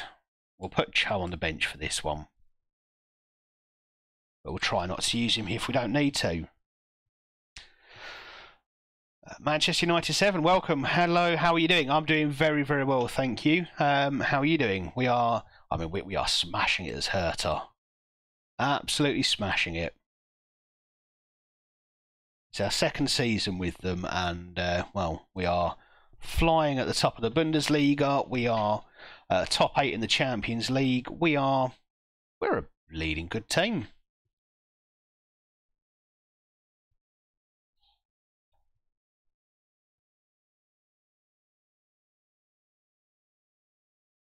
And I still do worry that we could choke it from here. I genuinely do. But that Rangers season has scarred me.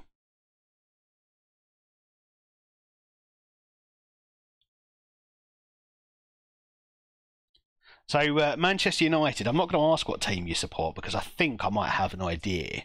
But I will ask, do you have any FM saves going at the moment? We are into the summer, or getting into the summer, so I know a lot of people stop playing and move on to other things.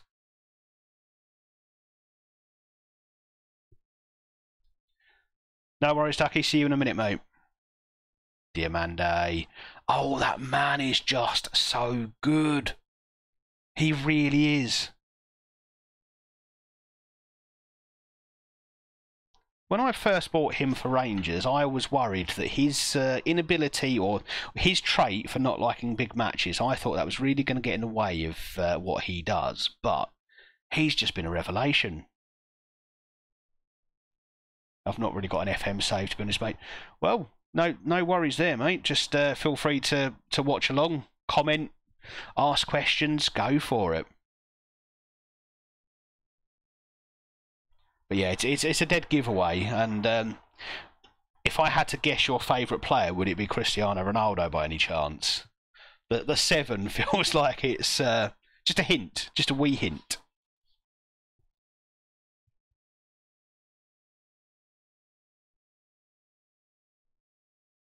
Beckham, good shout.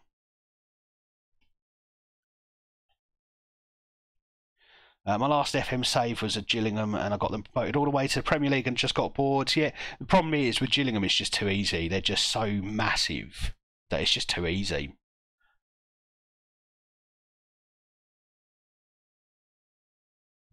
I mean, being a Gillingham fan, which I don't know if you knew that before you told me that story, but I'm a Gillingham season ticket holder, so yeah, for me it's absolutely obvious. Getting Gillingham to the Premier League, piece of cake. Favourite player is Ronaldo. Cantona was another good shout, Ducky. Or Bobby Charlton, depend on how old you are, yeah.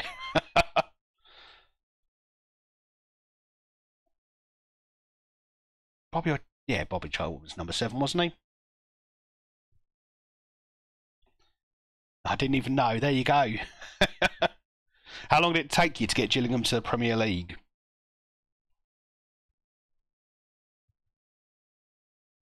You're not that old. I didn't think you would be, given you're on Twitch. I can't imagine there are many people whose favourite player is Bobby Charlton, who is watching me play Football Manager on Twitch right now. Right, let's make some subs. Gabri Vega, yeah, Burke Holt, that's a good change. I've got the second string out there. I think I'll probably want to. I'm going to bring off Diamande and bring on Lochi. Now, this is a risk, seeing as we're only 1-0 up, but I think we should be able to cope with that. I'll leave that for now and see how the rest of the match goes.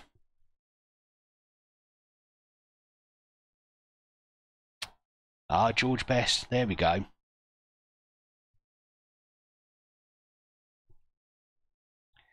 That's right, Duck. We're all wrong about something occasionally.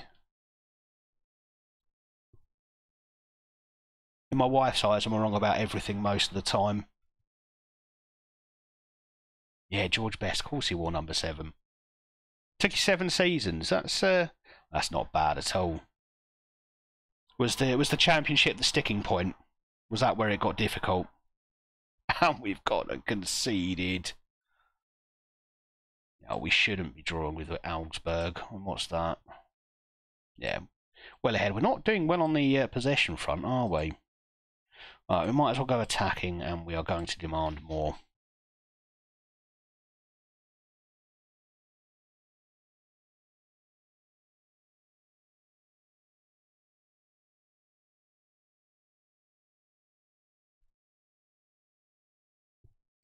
Won Carabao Cup in my latest season, but haven't played in about a month.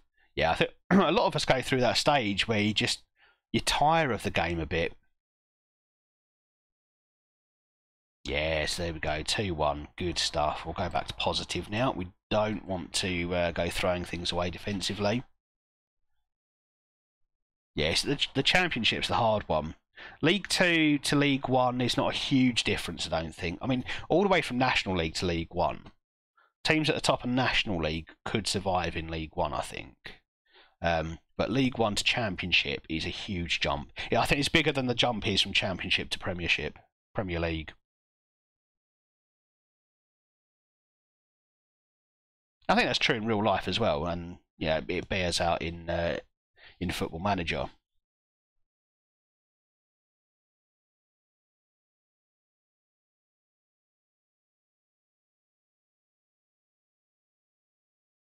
So, what are your hopes for next season?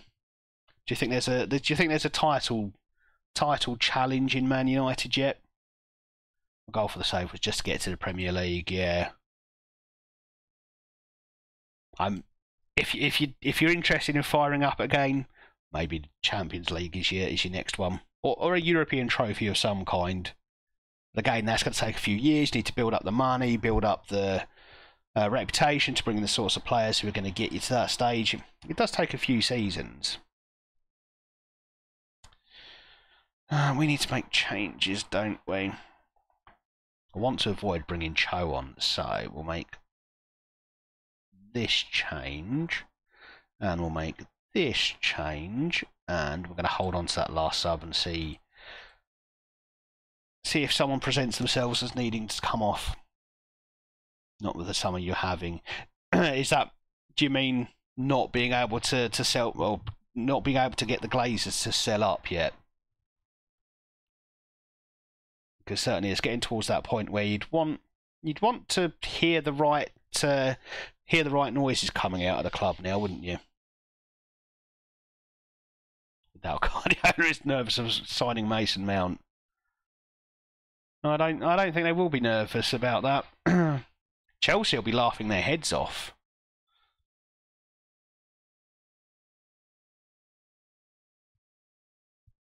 And don't get me wrong, I thought Mason Mount, I'm sure, is a solid player, but I just don't think he's not exciting as a player. He's not Ben Foden, is he? And I semi-intentionally used an example from your rivals there, but you want those sorts of players in your team. Yeah, it just shows how crap our board is. Well, I mean, they won't even sell up the club yet, so that you can get the new guy in and get some. Because whoever comes in, whether it's Radcliffe or whether it's or whether it's Sheikh Jassim, they're going to come in. They're going to want to stamp their mark on the team, and that is almost inevitably going to come in with a signing, a big marquee signing, not Mason Mount. And is that? I mean, it doesn't matter if it's 4 or 5. I was worried we were going to draw this at one point. No, that's 5-1. That's another 5-1 for the season. I think that's number 3. I think we have 2 5-2s and a 5-1, if I remember rightly.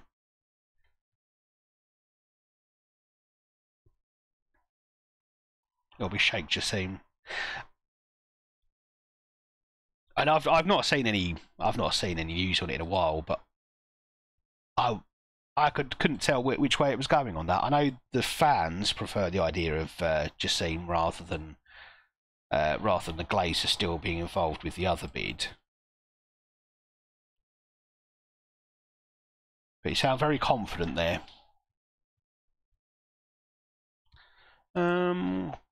Right. So what was it? 1? Yeah, 2 5-2s. Oh, we don't want to watch that. No. Schalke and PSG 5-2, and then Freiburg, Hanover, and Augsburg now. All 5-1s. It's our most popular scoreline. We've got 3 3-0s actually. 4 2-0s. Okay, 2-0's our most popular, but 5-1's my favourite.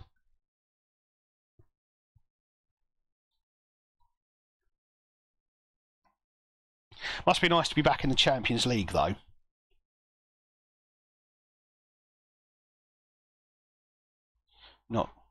It's not really that I'm confident. I think it's a better offer. The momentum shifted. Okay, well, I mean that's good news for you guys, because it means the Glazers are out entirely, doesn't it? There we go. 36-game unbeaten streak in the league, and that now includes 2 matches against Bayern Munich.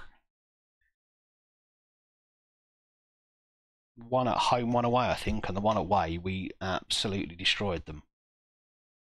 We didn't. It was 3-2. It was close. There were 2 red cards, but still, we won. Yeah. Well done, Burkholt.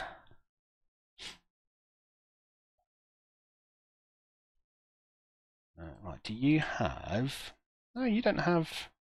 Oh, in that case, we're just going to trigger your extension and see what happens. If he comes asking for a contract, we'll probably offer him one, because he is going to be one for the future. What was his value? 44 to 63 million pounds already. He's 19, 5-star potential. Ralph Dorr is definitely going to be our first choice winger, left winger at some point. Yeah, there's pros and cons of both ownerships. Ultimately, Sheikh Jassim would be a better owner for the club for a few reasons. He's probably got more in terms of resource behind him as well, hasn't he? He's probably got more money that he can pile into the club. which isn't necessarily the problem that you've had. It's the money going out of it. Good intake. See, I don't know about anyone else, but this here never necessarily relates to what I actually see when the youth intake comes in. We'll see. They're saying there's 2 good attacking midfielders, which would be nice, and nothing else across the rest of it. But yeah, that prediction rarely turns out to be true. Well, as a Gillingham fan, I can tell you I'm quite happy with how our change of ownership went in winter. From being the very worst team in League Two to being the second team in the second half, second best team in the second half of the season. So I know what a good ownership change can do for a club. Right, we're going to run ads now before we go and play the Barcelona game. So if you're not subscribed, join me again in a couple of minutes.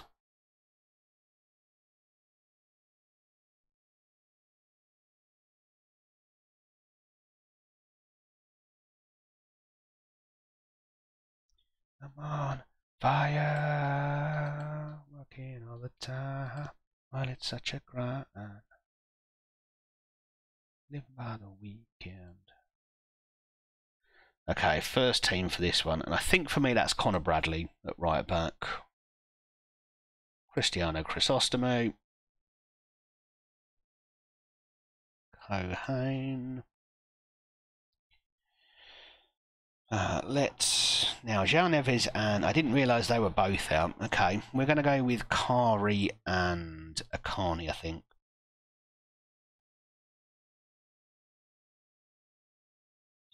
Diamande is an attacking, advanced playmaker there, and it's got to be Dor and Cho. Oh, you didn't get any adverts. Well, you are quite fortunate then. In that case, yeah, you think it'll be by the winter transfer window. You don't think it's going to be wrapped up before the start of the season. Because that would be a real shame. It would be a real shame to see that drag on as long as it's already gone on for a long time. And I know it's not as simple as walking into a shop and buying something off the shelf, but it's been going on for months now. You'd think that somehow they'd have worked out a deal.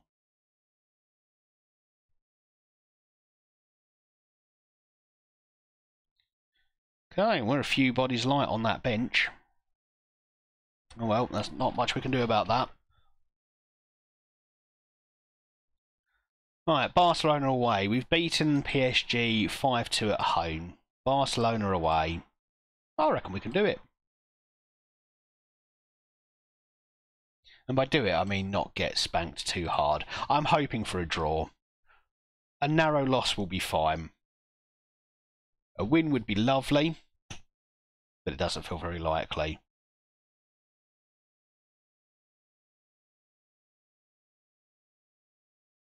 Have Man U ever been big winter spenders?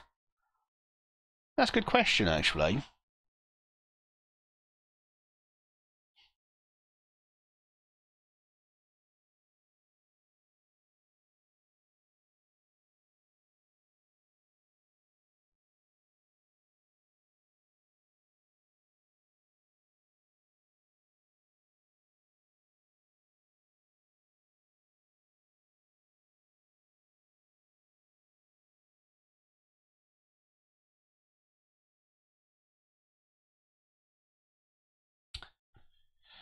A few reasons it has to be accepted by the Glazers, and once it's been accepted, there's other things that have to be reviewed. Yeah. Ducky, you don't think Man United will be sold at all? That's an interesting view. Do you think this is all going to play out to nothing then? Offside ref? Surely.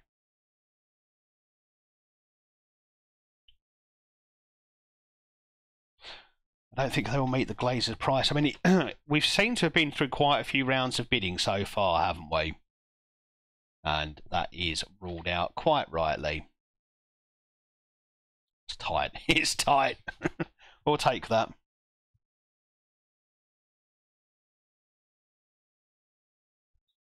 Let's pump some fists. Let's pump them up before we send them out there and hope that we can put ourselves in a better position. It's been quite a turgid match so far. Nothing much has happened. Yeah, Ducky, I mean, when we've all got so little knowledge of what's actually going on behind closed doors, pretty much every opinion's valid.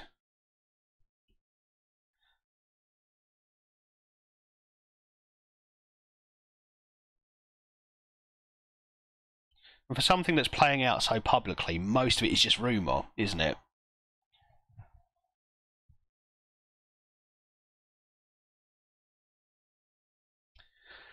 Oh dear. Okay, right, we're going to demand more from the team, and it's time to make a couple of changes. Chrysostomus had a terrible match, really. Diamande hasn't played to his usual standard, and he's tired. So let's bring Jay Lethan on. And let's see if we can make a difference with those two.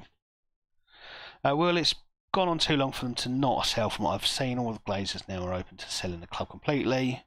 I think Jassim will give up on the club, and I think a deal could be close. But what this is it for something that, like I say, for something that plays out so publicly, we don't really know a lot about it.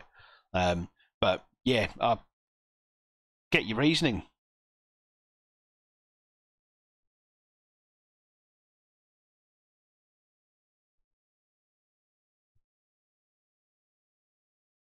Yeah, why are we trying to give away goals here?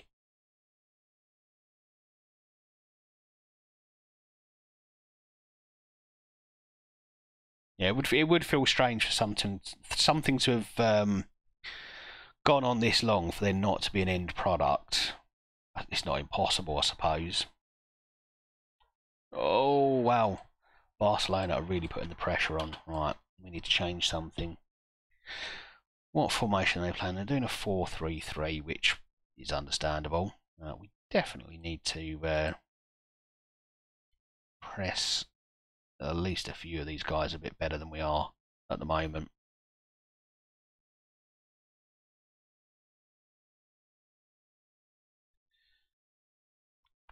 What are my attacking options? What are my striking options? Limited. So I don't think we're going to go to the 4-2-4.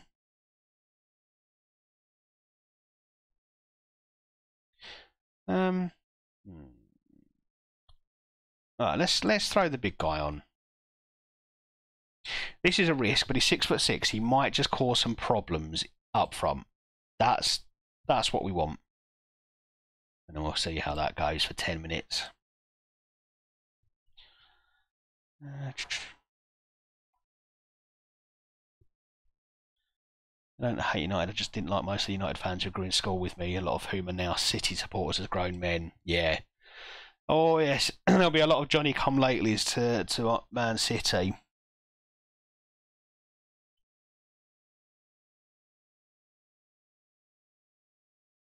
I think I said after the FA Cup final, I saw a lot of retro Man City shirts that you can guarantee they didn't buy when they were new. Right. We are. Let's get Kari off and we'll get Richter on. I'm going to let Carney can play that Segundo Volante role. And Cohane for not Akerley. Let's get Kirkes on. Last roll of the dice here. And we're also going to be a bit daft, I think.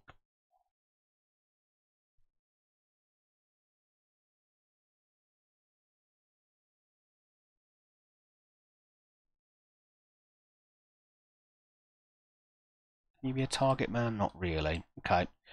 Let's see what this does. We'll do the 4-2-4.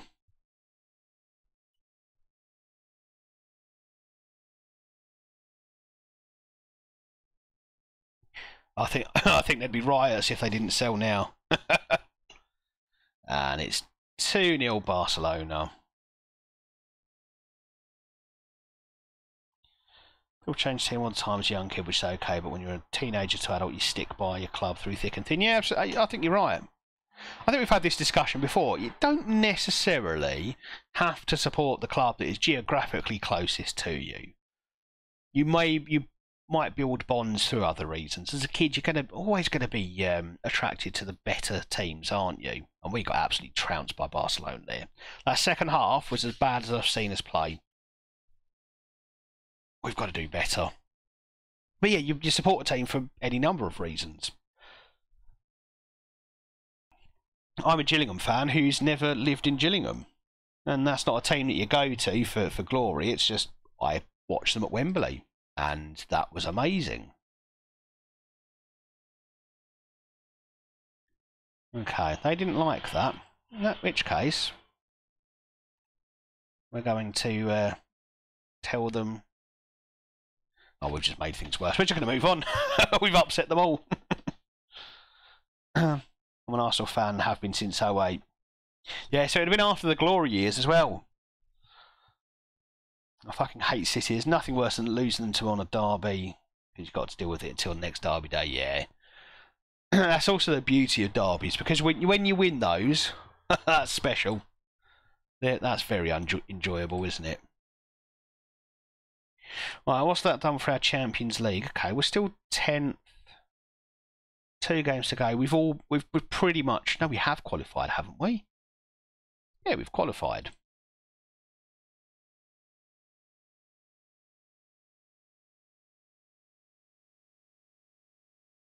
It's 8 games, isn't it? So we've still got 2 left to play. They've only played 5 games. Okay, we've nearly qualified for the knockout playoff. Hopefully, we can get back into that top 8 with a couple of good results in our next couple of games. We're not far off Man United or Man City. We're only 1 win behind Bayern Munich, Milan and Arsenal, so we can do it. And our next couple of Champions League games are just a little bit more winnable with Celtic and then Hearts. I like City because of my mum's side and me not liking the United fans I grew up with. Yeah, I mean, this is it. It's not just about who is the closest team to you. It's, yeah, all sorts of reasons that you get into one team or another. Brother's been a City supporter since he was 4 or 5. I mean, he went through the punishing years. He's fine in my book.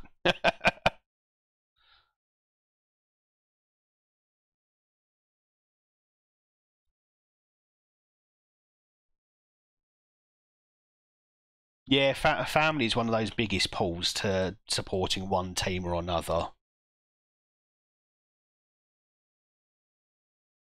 Not for me. I mean, my dad wasn't much into football, but if you asked him, he'd have said he was a Charlton fan.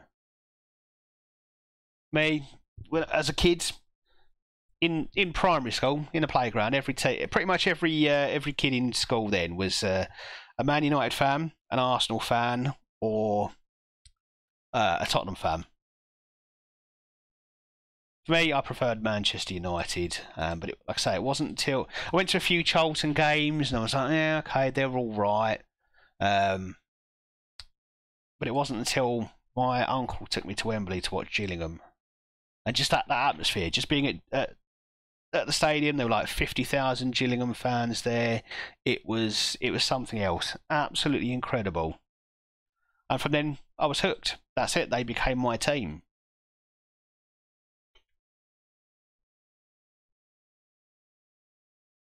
So in a way, you could say I probably was supporting Gillingham as it was. Maybe it was a bit of a glory hunt thing because that's the highest Gillingham have ever been in the Football League. We made it into the Championship, and that's when I started supporting them. That wasn't the reason, but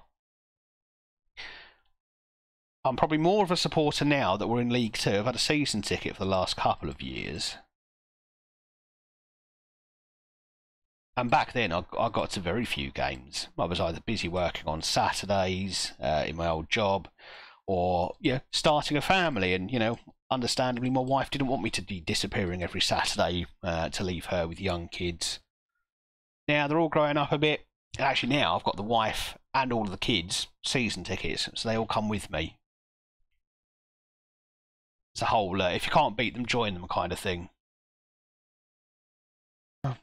Seeing my 11-year-old brother at the time being so happy was a joyous occasion. Yeah, this is it. This is it. I can imagine it was.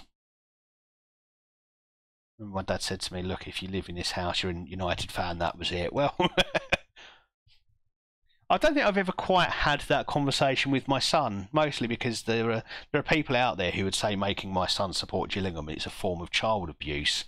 And after the last couple of seasons, I was beginning to agree with them. We got relegated from League One in 21-22, and 22-23 did not start well at all. Finished really well, and I'm excited for next season. I genuinely think we've got a chance of going up. Genuinely do. But I don't think I could ever say to him, look, you support Gillingham or else. Even took him to the Emirates. Last season before last, whenever Arsenal made it to the Carabao Cup semi-final, my friend who's a season ticket holder there got us some tickets and said, do you want to bring George along? See if he enjoys it. And he was absolutely amazed. You should have seen his face when he saw the stadium. Jaw dropped. He'd gone from Priestfield to the Emirates. But after the game, when I said, would you go back? He said, no, Dad, I'm a Gillingham fan. And that warmed my heart, that did. But I'd never forced it. I guess in a way I forced it on him. I took him to Gillingham games, but gave him a chance to look elsewhere. Wouldn't force a club on my son if I ever had one. No, and I don't think you necessarily need to. I had no option. I'm happy that I was a United fan. I could never imagine not supporting United. Well, my dad is a diehard Manc. There's no other way, yeah.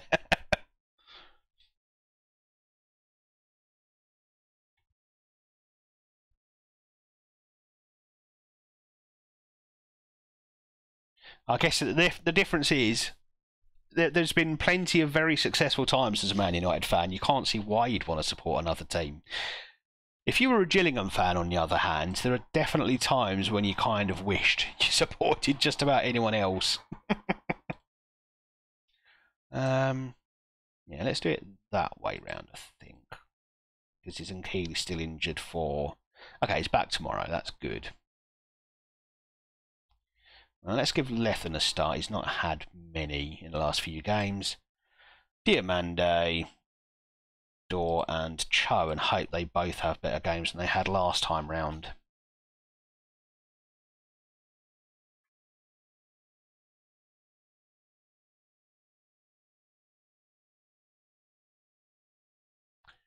Really are short of attacking options on the bench. Richter, I suppose we'll put Schaefer on. Just for someone who can do something at the end of the pitch. Although, actually, have I got a centre-back? I've not. Let's do that then. There we go.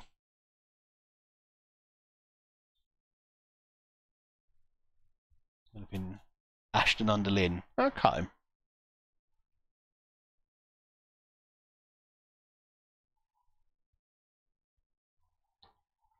So who's your... Ducky, who's your closest non-league team? Or lower league team? Do you ever get along to games with them? Because obviously Arsenal games are pretty much out of the question for you, except it would have to be a proper day out. Guess who's back again, and I am pissed. Oh, why are you pissed, Scraps? What's happened?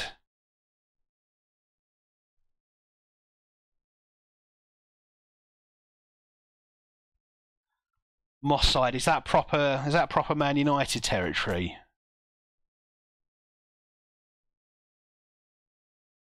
Never been to a football match. Of course, yeah, you're sort of not hugely into football, are you? I would highly recommend going to a non-league or lower league match.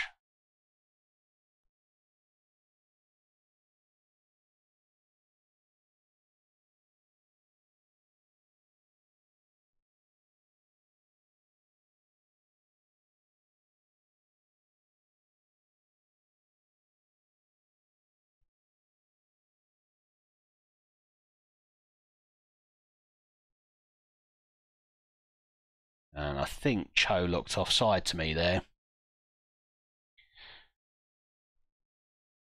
Main roads used to be in Moss side. Did it really?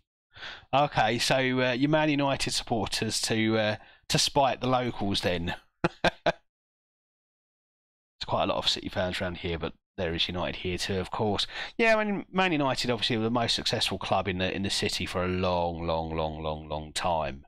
So it's only natural there'd be so many United supporters around.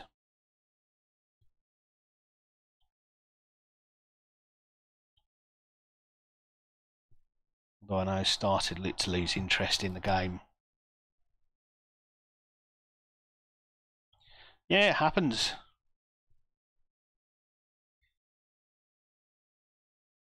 Ashwin, you still there? Good man. Only FM is keeping me relevant in it. Oh, what's going on in Discord?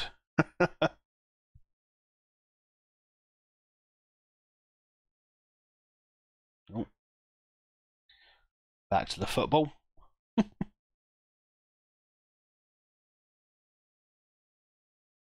Door heads it over.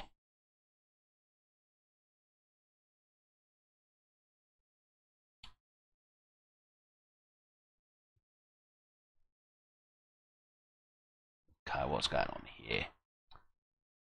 Move. There we go. Sorry, guys.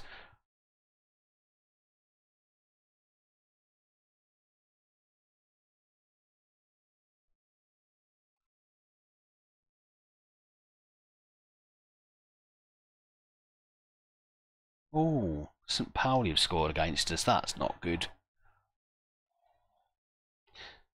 I'm working under the theory the less I pay attention to it, the better we do, but that's not really worked there. Oh my goodness.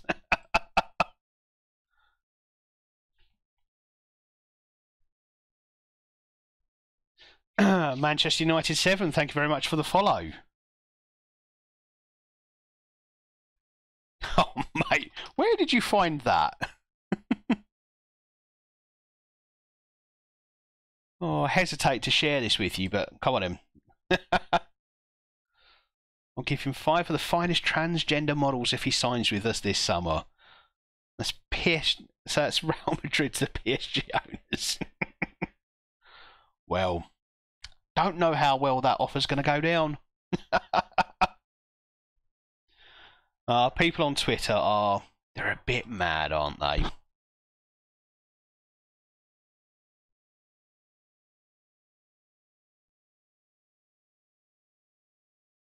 I love it.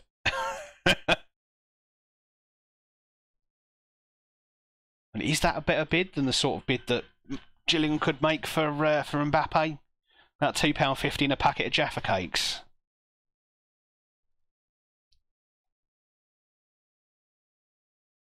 Anyway, we're aiming much higher than Mbappe. We want Alfie May.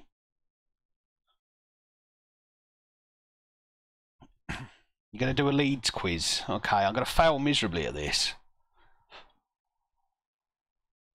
I feel like I did alright on the Gillingham quiz before the stream died, which still didn't work out whether that was OBS or Twitch. Did he actually say that, or is that just a fake quote? I mean, I've got to assume that's a fake quote. I can't imagine that's real.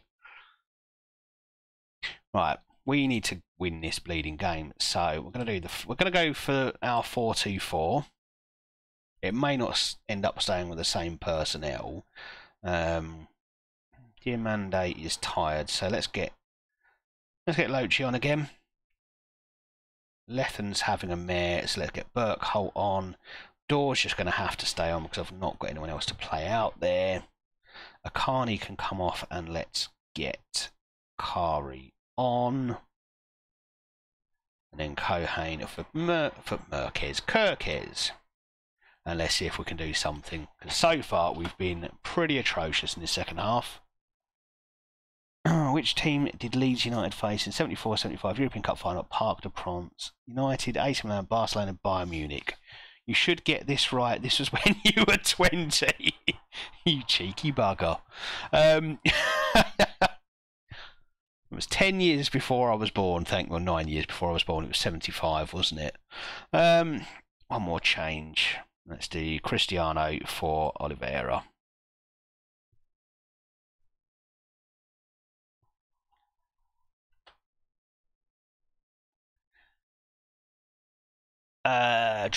let's say AC Milan for that one, Scraps. Wait, Alan Smith has England caps. He does indeed. Fair old number, I think, as well. Perez has said some shite in the past, to be fair. He definitely has. He definitely has. Yeah, I'm not going to rule it out entirely.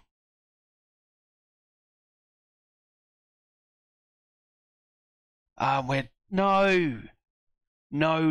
We cannot lose our unbeaten run to St. Pauli. Ooh, right. Okay, we're going to go for this.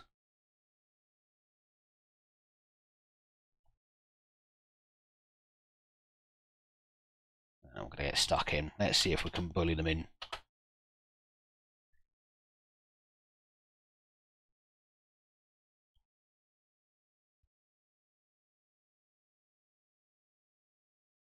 Let's demand more. Although I think it's too late. That's a poor draw, that is. I knew that Barcelona match would mess us up. I'm just glad we didn't lose that in the end. Good night, Ashwin. I'll speak to you tomorrow, mate.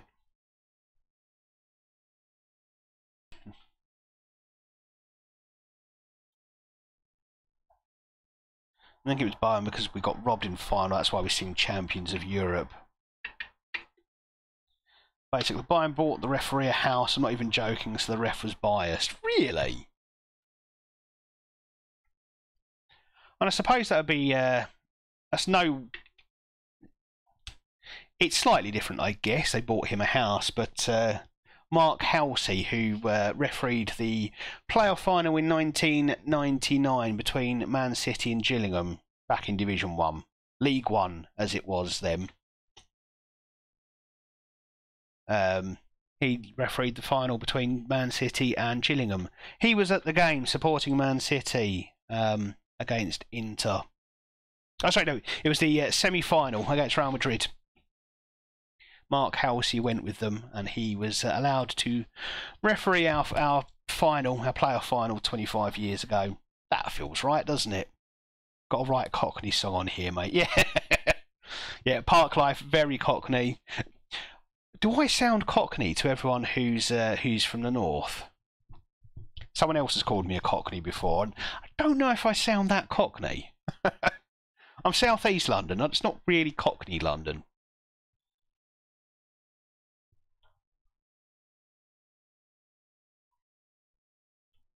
How many times has Leeds United been crowned champions of England First Division titles?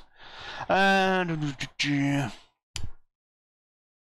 to say 3. I think you won the last... Did you win the last one before it became... Won the last one before it became the Premier League, didn't you? In 92. 91, 92, was it? A bit posh, a bit Cockney. Okay, well, yeah, I'd say that's fair.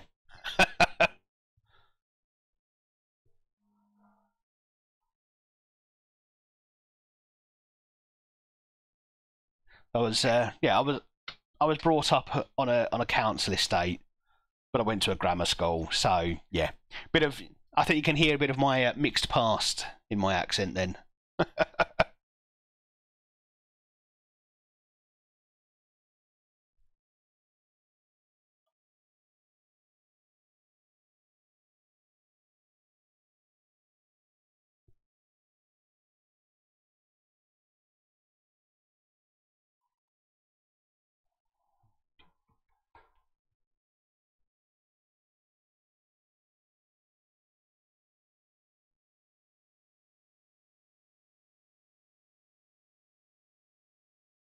That makes sense then. Yeah, that's it. That's why.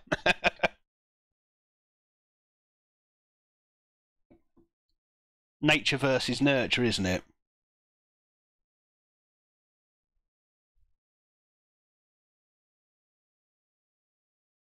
I say I grew up on a council estate. I grew up in a council house on a road mostly with council tenants. Probably made that sound like I'm... in a ghetto or something. No, I never grew up in a ghetto or anything like that. But yeah, my dad was a train driver. That was my background, and I just happened to do all right at the 11 plus, so I ended up in a grammar school. I've got an pub question for you. Okay, yep, I like this.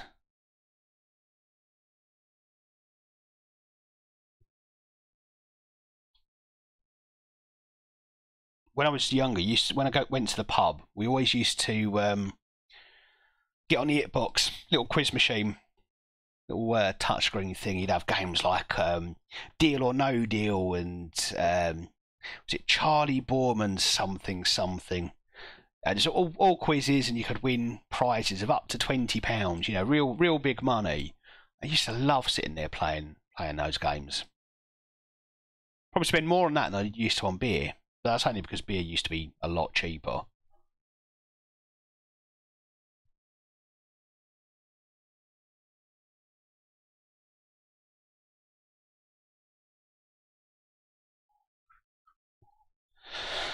Do you know what is annoying? I only remember a bit of United being the best team. I missed the most of our best era when we had Sir Alex. You were a youngster then. Because yeah, you had quite the era in the late 90s, or mid to late 90s, really. Which is the only team to score 1,000 goals in each of all 4 English professional leagues. Oh, that's a question. So the phrasing of the question makes me think it's going to be a team that's probably visited a number of those leagues. And in recent years, probably has spent more time outside of the Premier League than inside, simply because of the number of games which is going to support. So I think we're probably looking at the likes of. Actually, this is just completely random guesswork now, because I'm basically looking at any team, Championship, League One, League Two.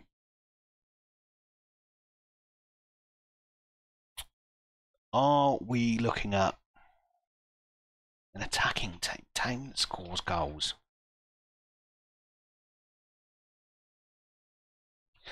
I'm going to say Preston North End. Like I say, we're completely at guesswork here, but they had a very successful start to league football, didn't they? Well, guess the player. Go on, Scraps. What have you got for us? Right, Hoffenheim up next. They caused us a bit of trouble last season, but hopefully we'll get the better of them this time around. We just held on to our unbeaten run, just against St. Pauli. Let's not stuff it up here. Right, this is last game before the winter break as well. So we can put our first team out. They can all have a rest afterwards.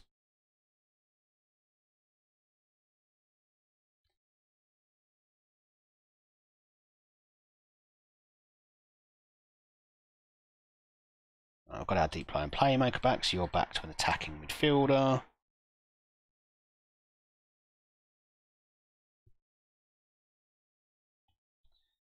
I wasn't even alive in the 90s, so definitely didn't see us be the best team then. Yeah, you missed out, I think. You missed out, but you're still a very big club, I'm sure. I'm sure there'll be success come back to Manchester United at some point. Swansea. Oh, Swansea's a good shout. Southampton.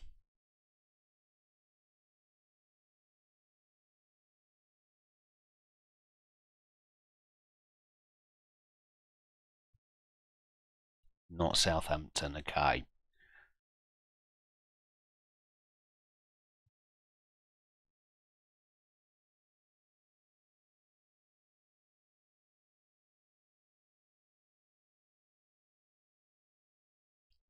Kari, let's do Lethen, let's do Vega. Oh, blast. Ads.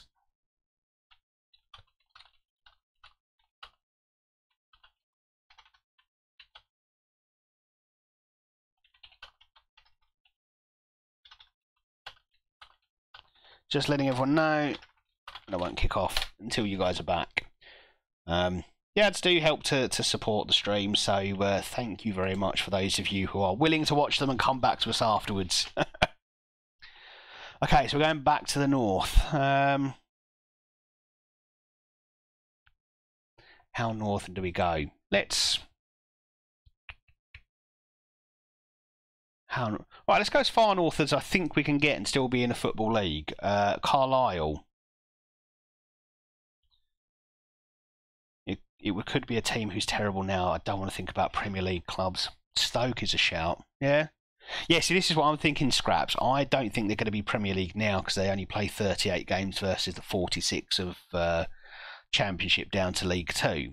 I know that's only been the case for what? It has been the case for about 30 years or coming up, maybe 25 years, because around 95, 96 or so that they made that change. So I think we're looking at someone who's down in the EFL. But it's not Carlisle, that's too northern.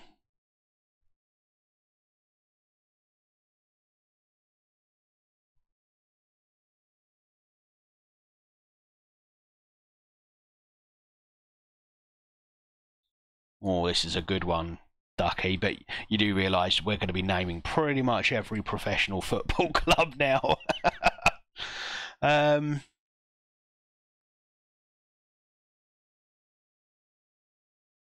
West Ham, they've done a bit of in and out of the Premier League, haven't they? They'll have had plenty of 46-game seasons.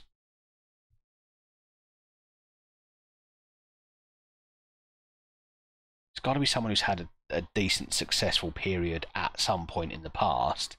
Well, you'd imagine so, because they've scored lots of goals. Are West Ham Northern? Good point, Ducky. Good point. Well, they're north of me. Does that help?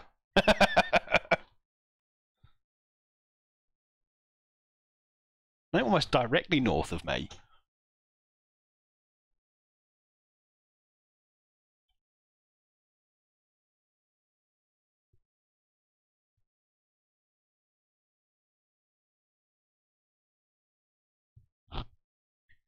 What about Newcastle? Got a swashbuckling spirit. And Burkholt has just scored an audacious goal. He had no right to score that.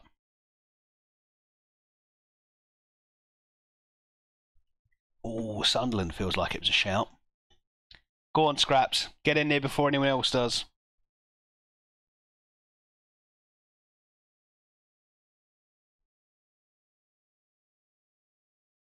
Not Sunderland.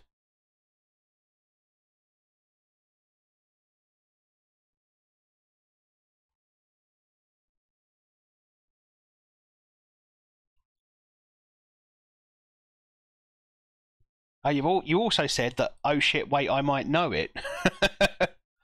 I thought you were going to enlighten us with the answer. I'm going to say Leeds. Okay, opposite side of the north to Newcastle. Oh, God.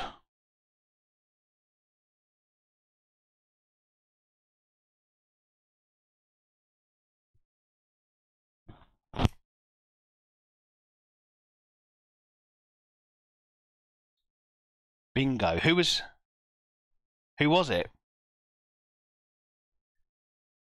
So many answers came in at the same time, I'm not sure. Berry. Oh, good shout. Well done, Scraps.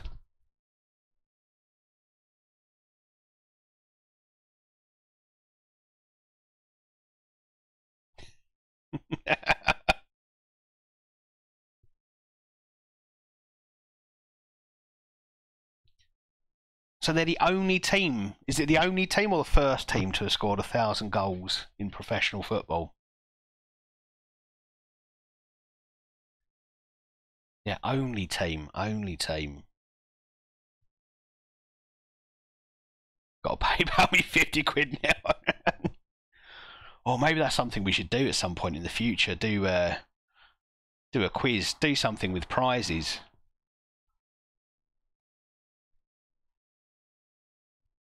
Could be a Saturday night stream idea. It wasn't just in the first division, it was across all 4 professional leagues.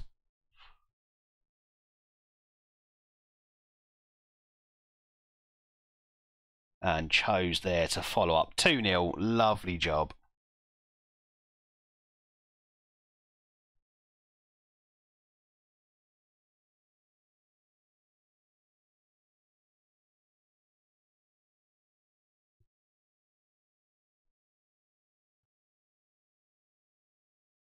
So they managed it in 2005, and has anyone done it since, Ducky?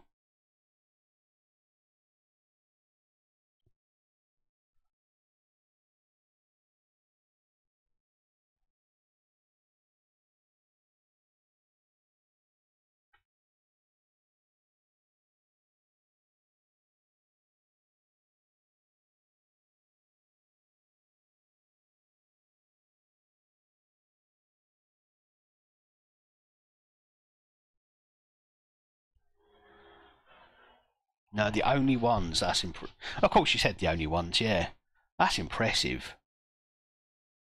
Be interesting to know who's the next closest. For Berry to be that far away from everybody else is amazing.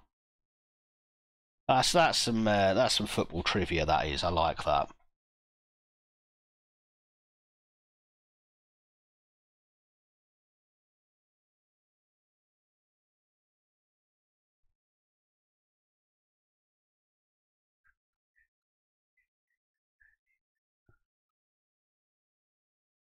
No, I know, but I'm saying when they scored 1,000 goals in the first division, it must have been a long time ago. I think it was. It doesn't mean 1,000 goals were in the first division, but the 1,000 goals were scored in the top 4. So yeah, they would have spent most of their time in lower reaches of the football league, wouldn't they? And sadly now, not in the football league at all. I think there is a Phoenix club, isn't there, that seems to be working their way up through the regional leagues. So Bury are back in a fashion in each league in total. Yeah.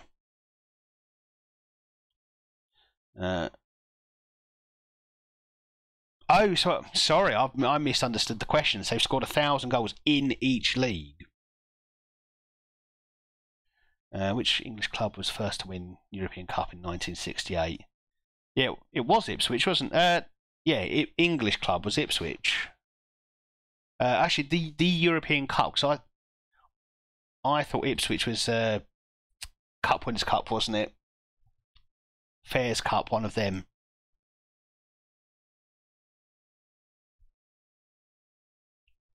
Yeah, it was Man United. Of course, it was Man United. And Celtic indeed were the first club from the UK.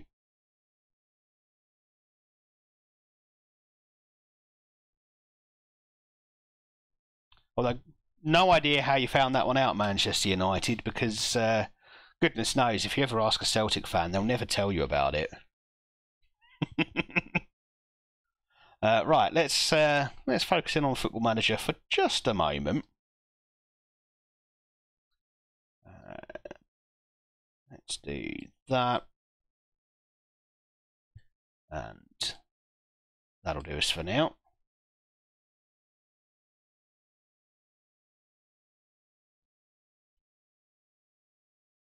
Again, Celtic wouldn't tell you about their treble. Which manager won a UEFA Champions League 3 times in a row with Real Madrid from 2016 to 2018? I mean, Zidane's the answer that's gone up there already. These are too easy. Give me 10 minutes. Well, we're calling the stream in a few minutes, Scraps. So what I'd suggest is do a bit of research for Saturday night stream. We'll have a little quiz section that you could run for us. I've never spoken to a Celtic fan, so I wouldn't know. Oh, I used to work with one, and my goodness. Anyone spoke about football? Oh, so yeah, we did the treble first. Yeah, we won the European Cup first. First in the UK to do it. Did it before all the English teams. It was, yeah, drove me potty, that did. Alright, 2 more subs. Could be anyone. Let's get Diamande off before he break something.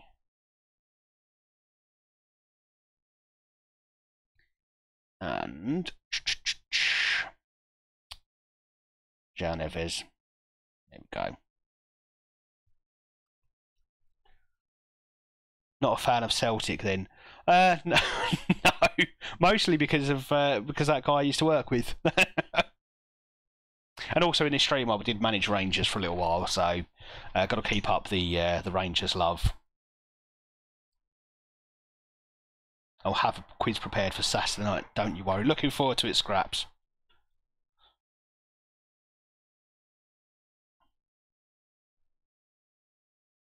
I'll send you a link so you can actually answer them and stuff. Yeah, brilliant, that'd be cool. And I was only half joking about the idea of having that as a semi-regular feature. We could have a little quiz, couldn't we? That'd be quite fun. The only thing I don't like is they sing "You'll Never Walk Alone." Yeah, links to Liverpool there. Well, not. I don't think it's actually directly linked in any way, shape, or form. But they just both independently did it, didn't they? If I'm honest with you, I've got nothing against Liverpool. I've not really got anything against Celtic. Just that one person I used to work with. All I ever heard about was them winning the treble and winning European Cup in is it 63? Can't remember. You'd think I was told often enough. I should know. Scouts have probably stole it off them anyway. Oh dear, right, I think we are going to call the stream to an end. It's 11 o'clock. I have got to get up for, well, school duties in the morning. So, I'd better go and get some sleep. We will be back on Saturday. It's not going to be the usual late night Saturday, so it's not going to be 9:30 to 1:30. It's probably going to be about 8 to 12 because it is my youngest son, my middle child's birthday on Sunday. So we're going off to Legoland, so I'm going to be up early on Sunday morning. So we'll do an 8 till 12 stream on Saturday. It will still be the 4 hours. We will have Scraps' quiz night. It won't be the whole night, I'm sure, but we'll definitely have a quiz section while I play Football Manager in the background. And in the meantime, we're going to go see who we can find to raid. Let's see who is on.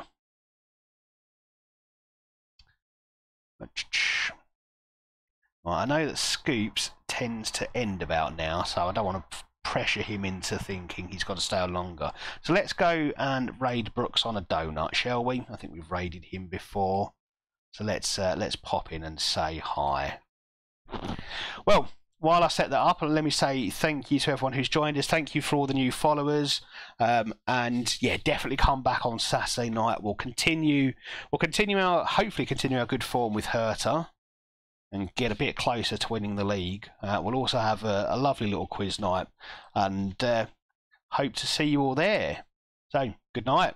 Take care.